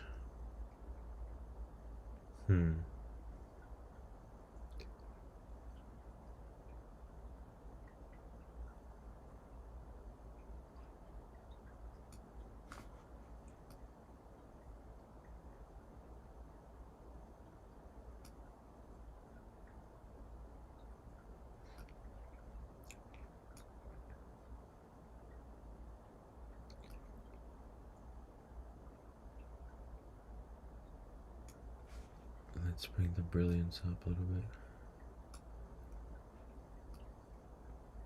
Yikes, dude.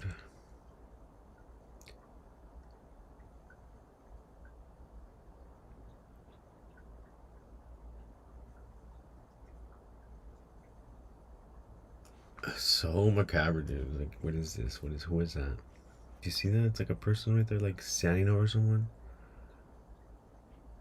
Like Jason Voorhees. Jason Voorhees wannabe.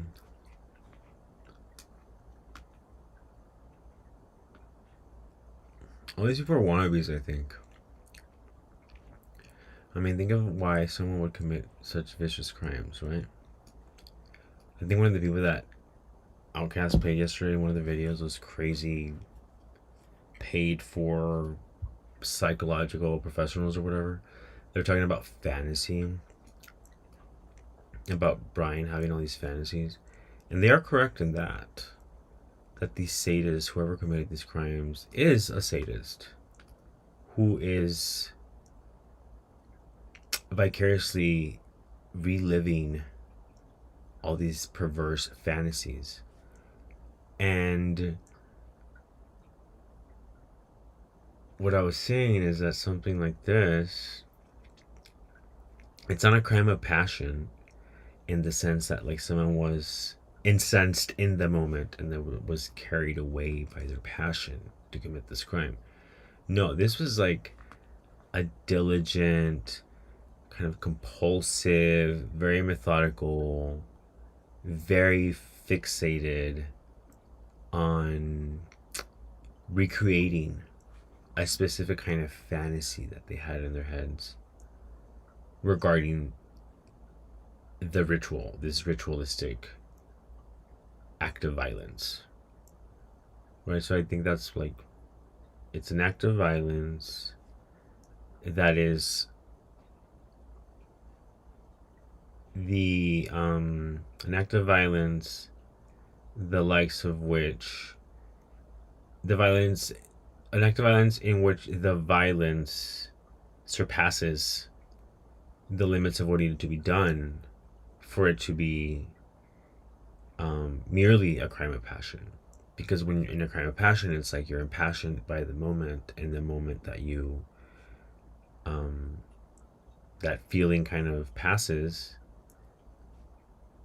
um, then that's it, right? It's like you catch your significant other cheating, and you run to the kitchen and you grab a knife and you go to town, right? And then the moment that like you realize what you did, you stop the stabbing, right? Um, because you're like, oh my god, I just realized what I did. I was like carried away by my passion. But something like this, it definitely was not a crime of passion, because then the first person that you did it to, you would have, oh shoot, what did I just do? But doing it 4 times, that to me is signals a very kind of like premeditated set of actions, because it's 4 people, it's not just one. Like you have to multiply what you envision you're going to do for one person to unalive them 3 other times, 3 additional times, right? So in terms of like exertion, it's not only the exertion to plan, to imagine, because we have, before we do anything, we have to imagine that we do it, right? Because you can't just like do it. um you don't only have to exert yourself mentally to imagine what you're going to do, but then you also have to exert yourself physically when you're actually doing it. And so it's even more unbelievable that Brian would do any of this, because like he didn't know how many people were going to be home. He didn't know how many people were in fact home. And because of that, he had no idea of what it would take to carry his sick, perverse fantasy of unaliving someone to completion, right? And so I think, regardless of how much of a psychopathic, sociopathic, deranged um, unaliver you are, all those things would be considered, especially by someone who's like wanting to commit a crime without getting caught. If that makes sense, does that make sense? So like none of this makes sense, because it's like somebody who, if Brian was in fact so infatuated, so totally just like overcome and compelled by the need to unalive someone, if that was like his soul live's mission, right? And that's what he most wanted to do. And if he is in fact, or was in fact, a totally deranged psychopathic, sociopathic killer, who's apparently also really smart, right? Because he's in PhD, and he's like, he thinks he's better than everyone, according to these people. He, it's illogical to think that someone like that, whose sole purpose in life is to murder, right? That's how they're making it seem. That's his, like, what's his mantra, his like life's purpose is that. It's what all he ever wanted to do. It doesn't stand to reason that someone who's that impassioned to unalive people would do it in such a way that they would get caught, so then they would not be able to do it again. Right? Does that make sense? Like, killers don't want to get caught because they like doing it, so they want to do it again. So like the only way you can do it again is if you don't get caught. So it's like this I think it's like a circular kind of like fallacy that makes no sense. Unless Brian is a totally unique specimen of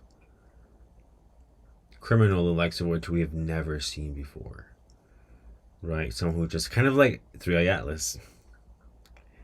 Is Brian like 3-Eye Atlas? He's like a comet that doesn't behave like a comet.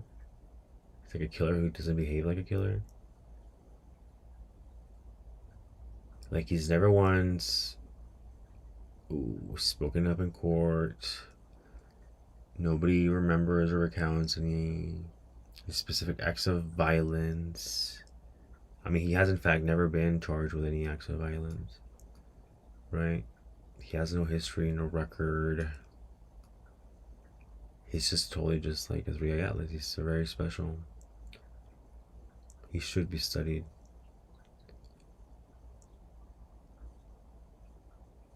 I think I see a mustache right here.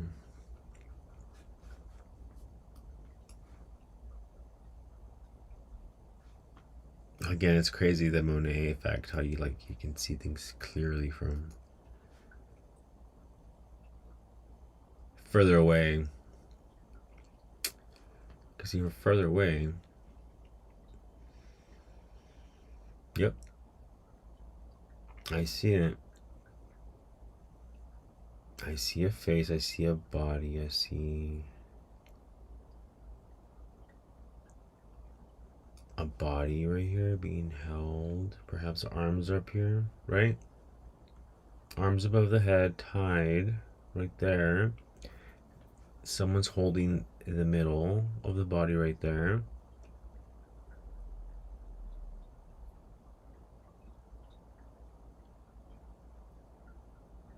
Marianne, no, with AI, these kinds of illusions, no, I don't think so. I mean, they are AI programs that can do the layering for you, but it wouldn't be, it would be more succinct than this, if that makes sense. This is very, like I said, it's kind of like a barnyard,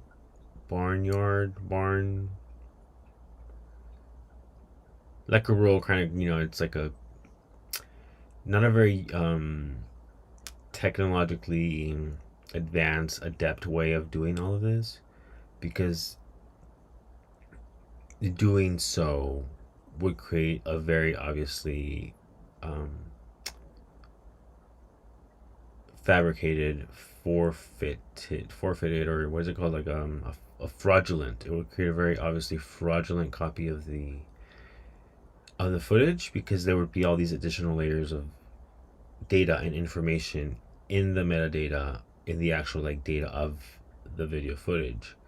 And so doing it this way, layering this kind of way, is more rudimentary, but it also makes it so that the metadata shows one single kind of original file, as opposed to like a file that's been edited and then like recompressed, because every time you create changes like that, it creates a different kind of fingerprint in the footage, like a trace. So each layer, each thing that you would add, if you did it in a more kind of advanced AI kind of way, would create an additional layer of information, because that's how the AI does it, right? But when you do it like this, it's kind of what I'm doing right here. Like if you take these images, like these originals, right? If you take these originals and put it into all the different AI programs, like forensic digital analysis programs, it'll tell you that nothing's happening here, because it's looking for the kind of AI manipulation and tampering that it would do as AI. So it's not capturing it here because it's not there. Because the way that the layering is done more kind of in an old-fashioned kind of way, where it's like, for instance, you would take like and I've never done it myself actually, but I've seen videos of it being done, and I can envision how it's being done. And you would take, for instance, like, how you have like different like the paint app, where you could like, oh, I'm gonna color this red, and you take the stencil, you use a paintbrush or whatever, and you color it, you make a shape or a circle that's red.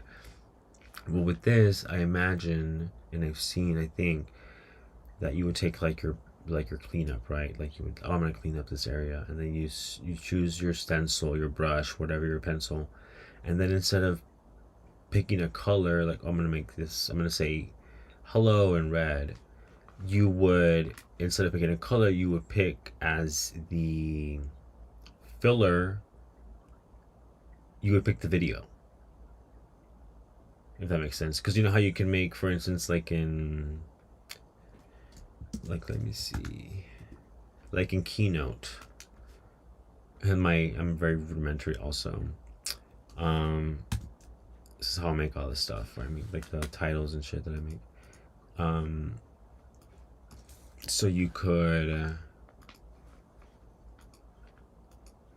create a text, right, and then the fill for the text.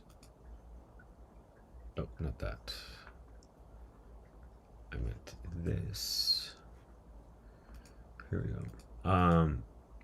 Image fill.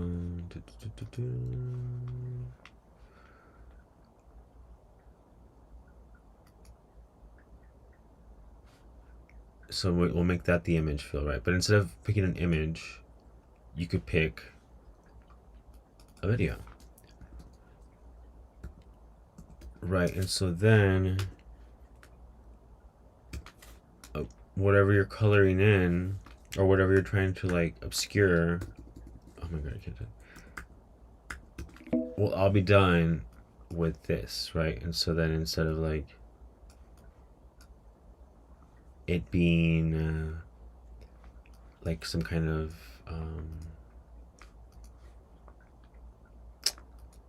look at some train of thought here. You'd be like, oh, I'm gonna draw this and make it like black or whatever. It would be, oh, I'm gonna layer over these scenes with the footage from the actual crimes.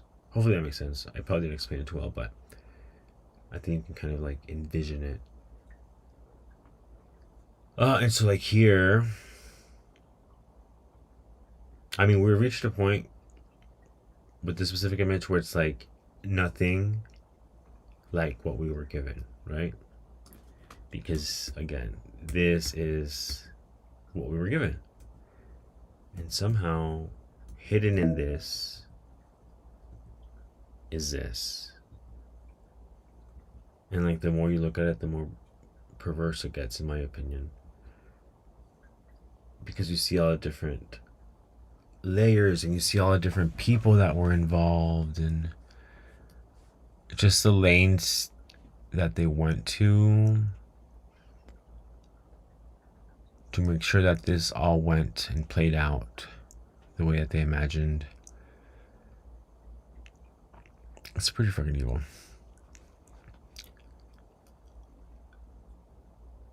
And so like right here, it's, again, I see a person without a shirt right here, a nipple right there, a belly button right there. Oops, I'm actually cleaning up. I don't mean to do that.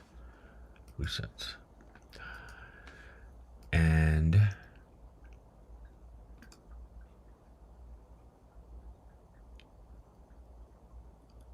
all right, let's copy this subject and then let's paste it over here and see what happens. Isn't that crazy? So this is what we have, the footage. And then did it copy the whole thing?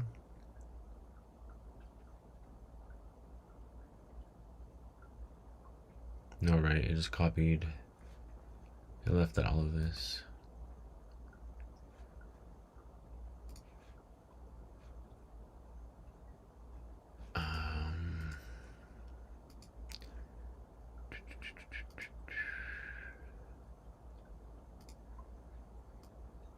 Oops. So there's this one that lets us, we copied the subject, and this is what we got. But yeah, I see human belly right here, a face right there, what I think is a little mustache.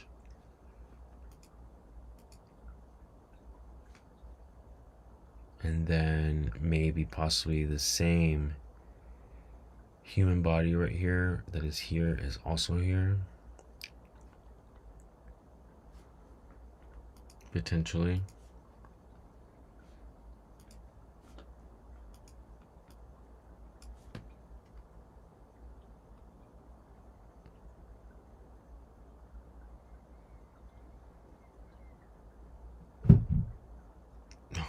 That scared me, bro.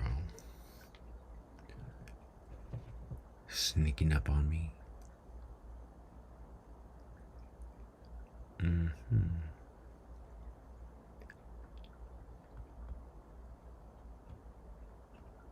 Yep, sacrifice for sure.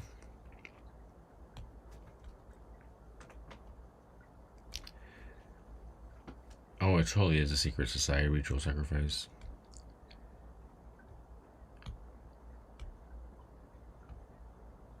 Yeah, Christopher Bonden's good at the metadata.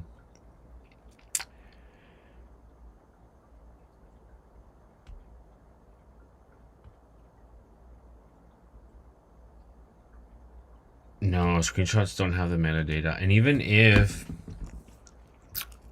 somebody mentioned in one of my comments, and this is the reason I know this, is because even if you have the original, and like let's say you make a request to have the original Banfield body-worn camera footage given to you, like a copy of it, even that the metadata in that copy of the footage wouldn't demonstrate or wouldn't show that there was manipulation going on, because of what I mentioned earlier with like the way that they've overlaid the footage on is very kind of rudimentary, and so it wouldn't create like a digital trace of tampering in the metadata of whatever FOIA request was fulfilled with the body-worn camera footage.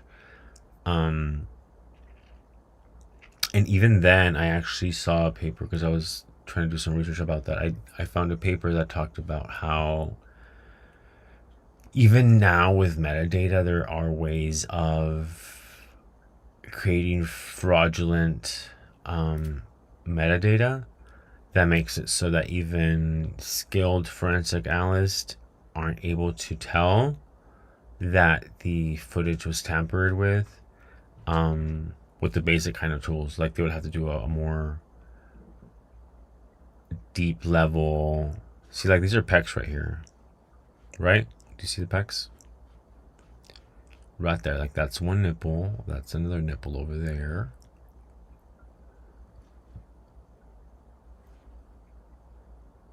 And so the footage would not be able, like at first glance, it would be able to be authenticated, like in a court, because you would need more high level analysis to go in there and actually like parse out all that data to figure out what in fact stems from the actual footage and what stems from features or things that were added in after. Whoa.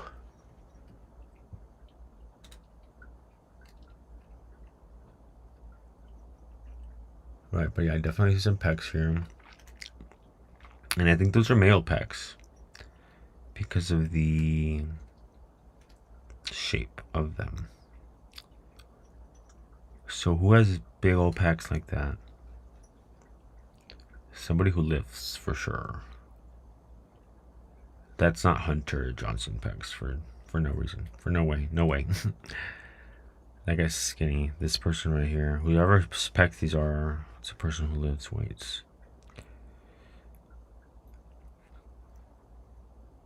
And there's a belly right here too. So we have at least two different sets of pecs. There's one right here. There's this set right here. Oh, I'm looking at the PowerPoint one.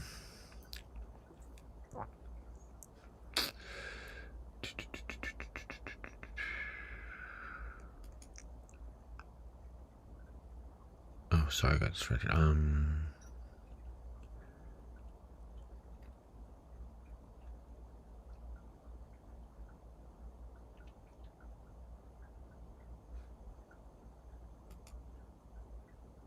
Oh, the medium is the message. Marshall McCullum, y'all should look him up. I wanted to play this, but it's really short. I'm not going to play it.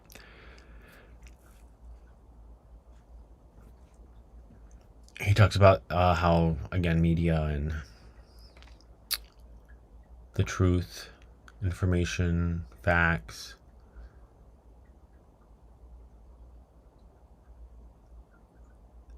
this is what I'm trying to understand right here is in terms of dimensions, I do believe this is Ethan right here. And he's been disfigured. He's been what is that word I'm looking for? He's been I'm not even gonna say it actually. He's been tortured. And then but what is this right here? Like, why are these things together?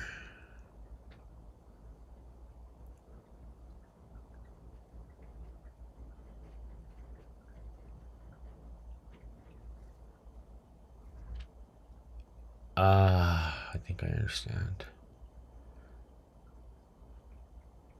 But I don't want to understand.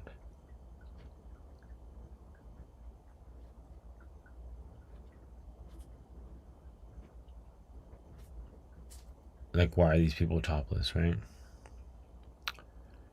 Under what conditions is a man topless in this manner, in this way? So that's one thing to keep in mind. And then there's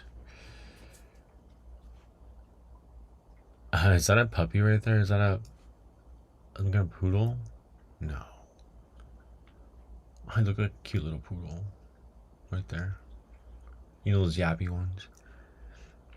I don't think that's the one though. And see, we got the congregation of people right here again. Oh, you know what? And there's also something else that I forgot to mention initially, that I think in some of these scenes they have footage of the food truck, like from afar, like one of their cameras from afar, like they're recording all the crowd there. Somebody mentioned it in a comment in one of the videos. I'll try to put it up at some point. I guess this is the first time I'm actually like going through this full, like in more detail, and so I'll get better at this as we progress.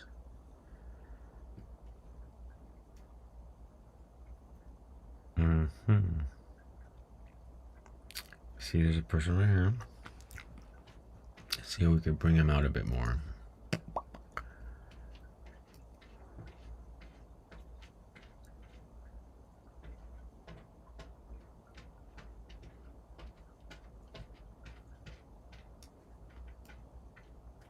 Who art thou?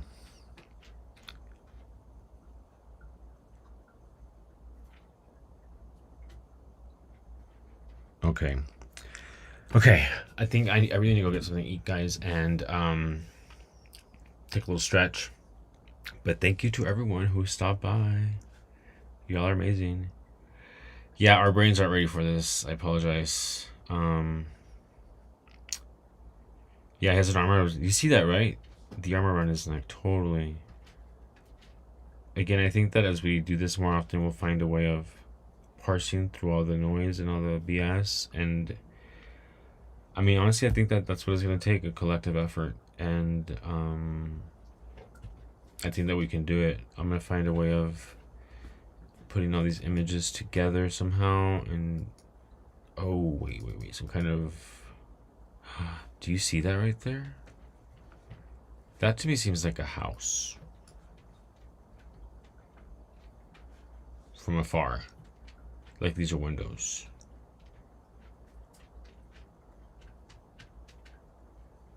Right? But where is that? Where could that be? There's a lot of other things that you didn't even realize were like unique to certain kind of features until you see them and you're like, oh wait, like that's actually definitely can only be a house.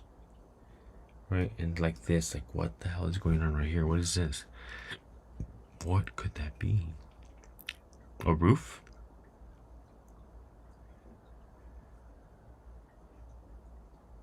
Oh my god, I'm like so hungry, but I can't stop looking.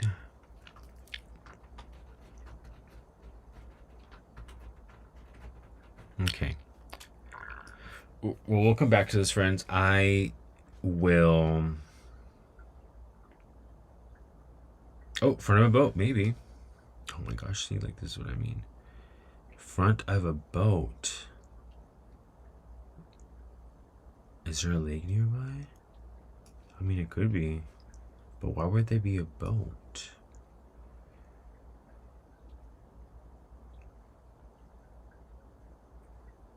There's a whole bunch of stuff going over here. I do believe this is some kind of home.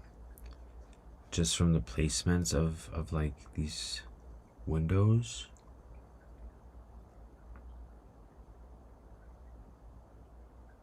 Oh my gosh, it's just like I said so much. It's crazy.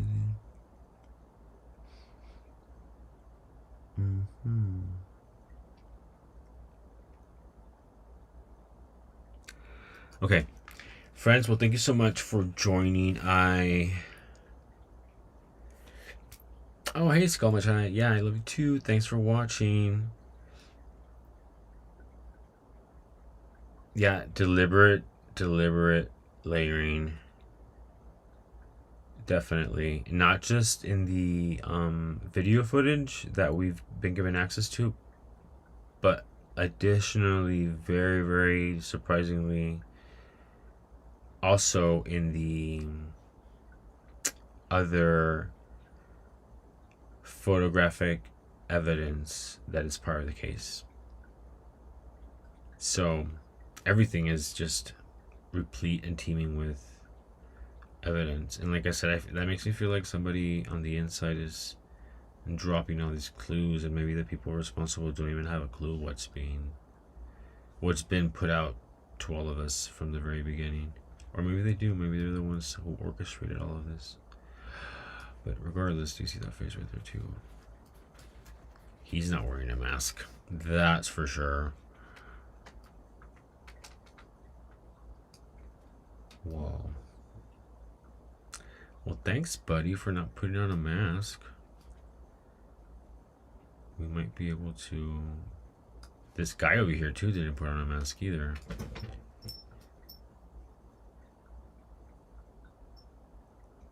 It's almost like he's wearing headphones or something. But, okay, I'm going to leave it here because I'll just keep going if I don't. But I want to thank you all for joining and for your support. And for the tips, the advice. Thank you all so much. I might be back tonight just to keep trying to figure this out. How I'm going to present this to everyone, test some things out. Feel free to join if you want. If not, I will talk to you later. And thank you all so much. You are all the best. I'm going to say thank you in the chat. And take care, friends. Let me know if you see anything else. Post it in the comments or comment on some other video. Whatever you need to say it. It's okay. And yeah, thank you all so much. I'm gonna go eat a little bit and maybe catch you on a live without cast, or just catch you a little bit later. All right. Oh wait, hold on. Let me say bye to you, real life. Ciao, adios. I will talk to you all later, okay?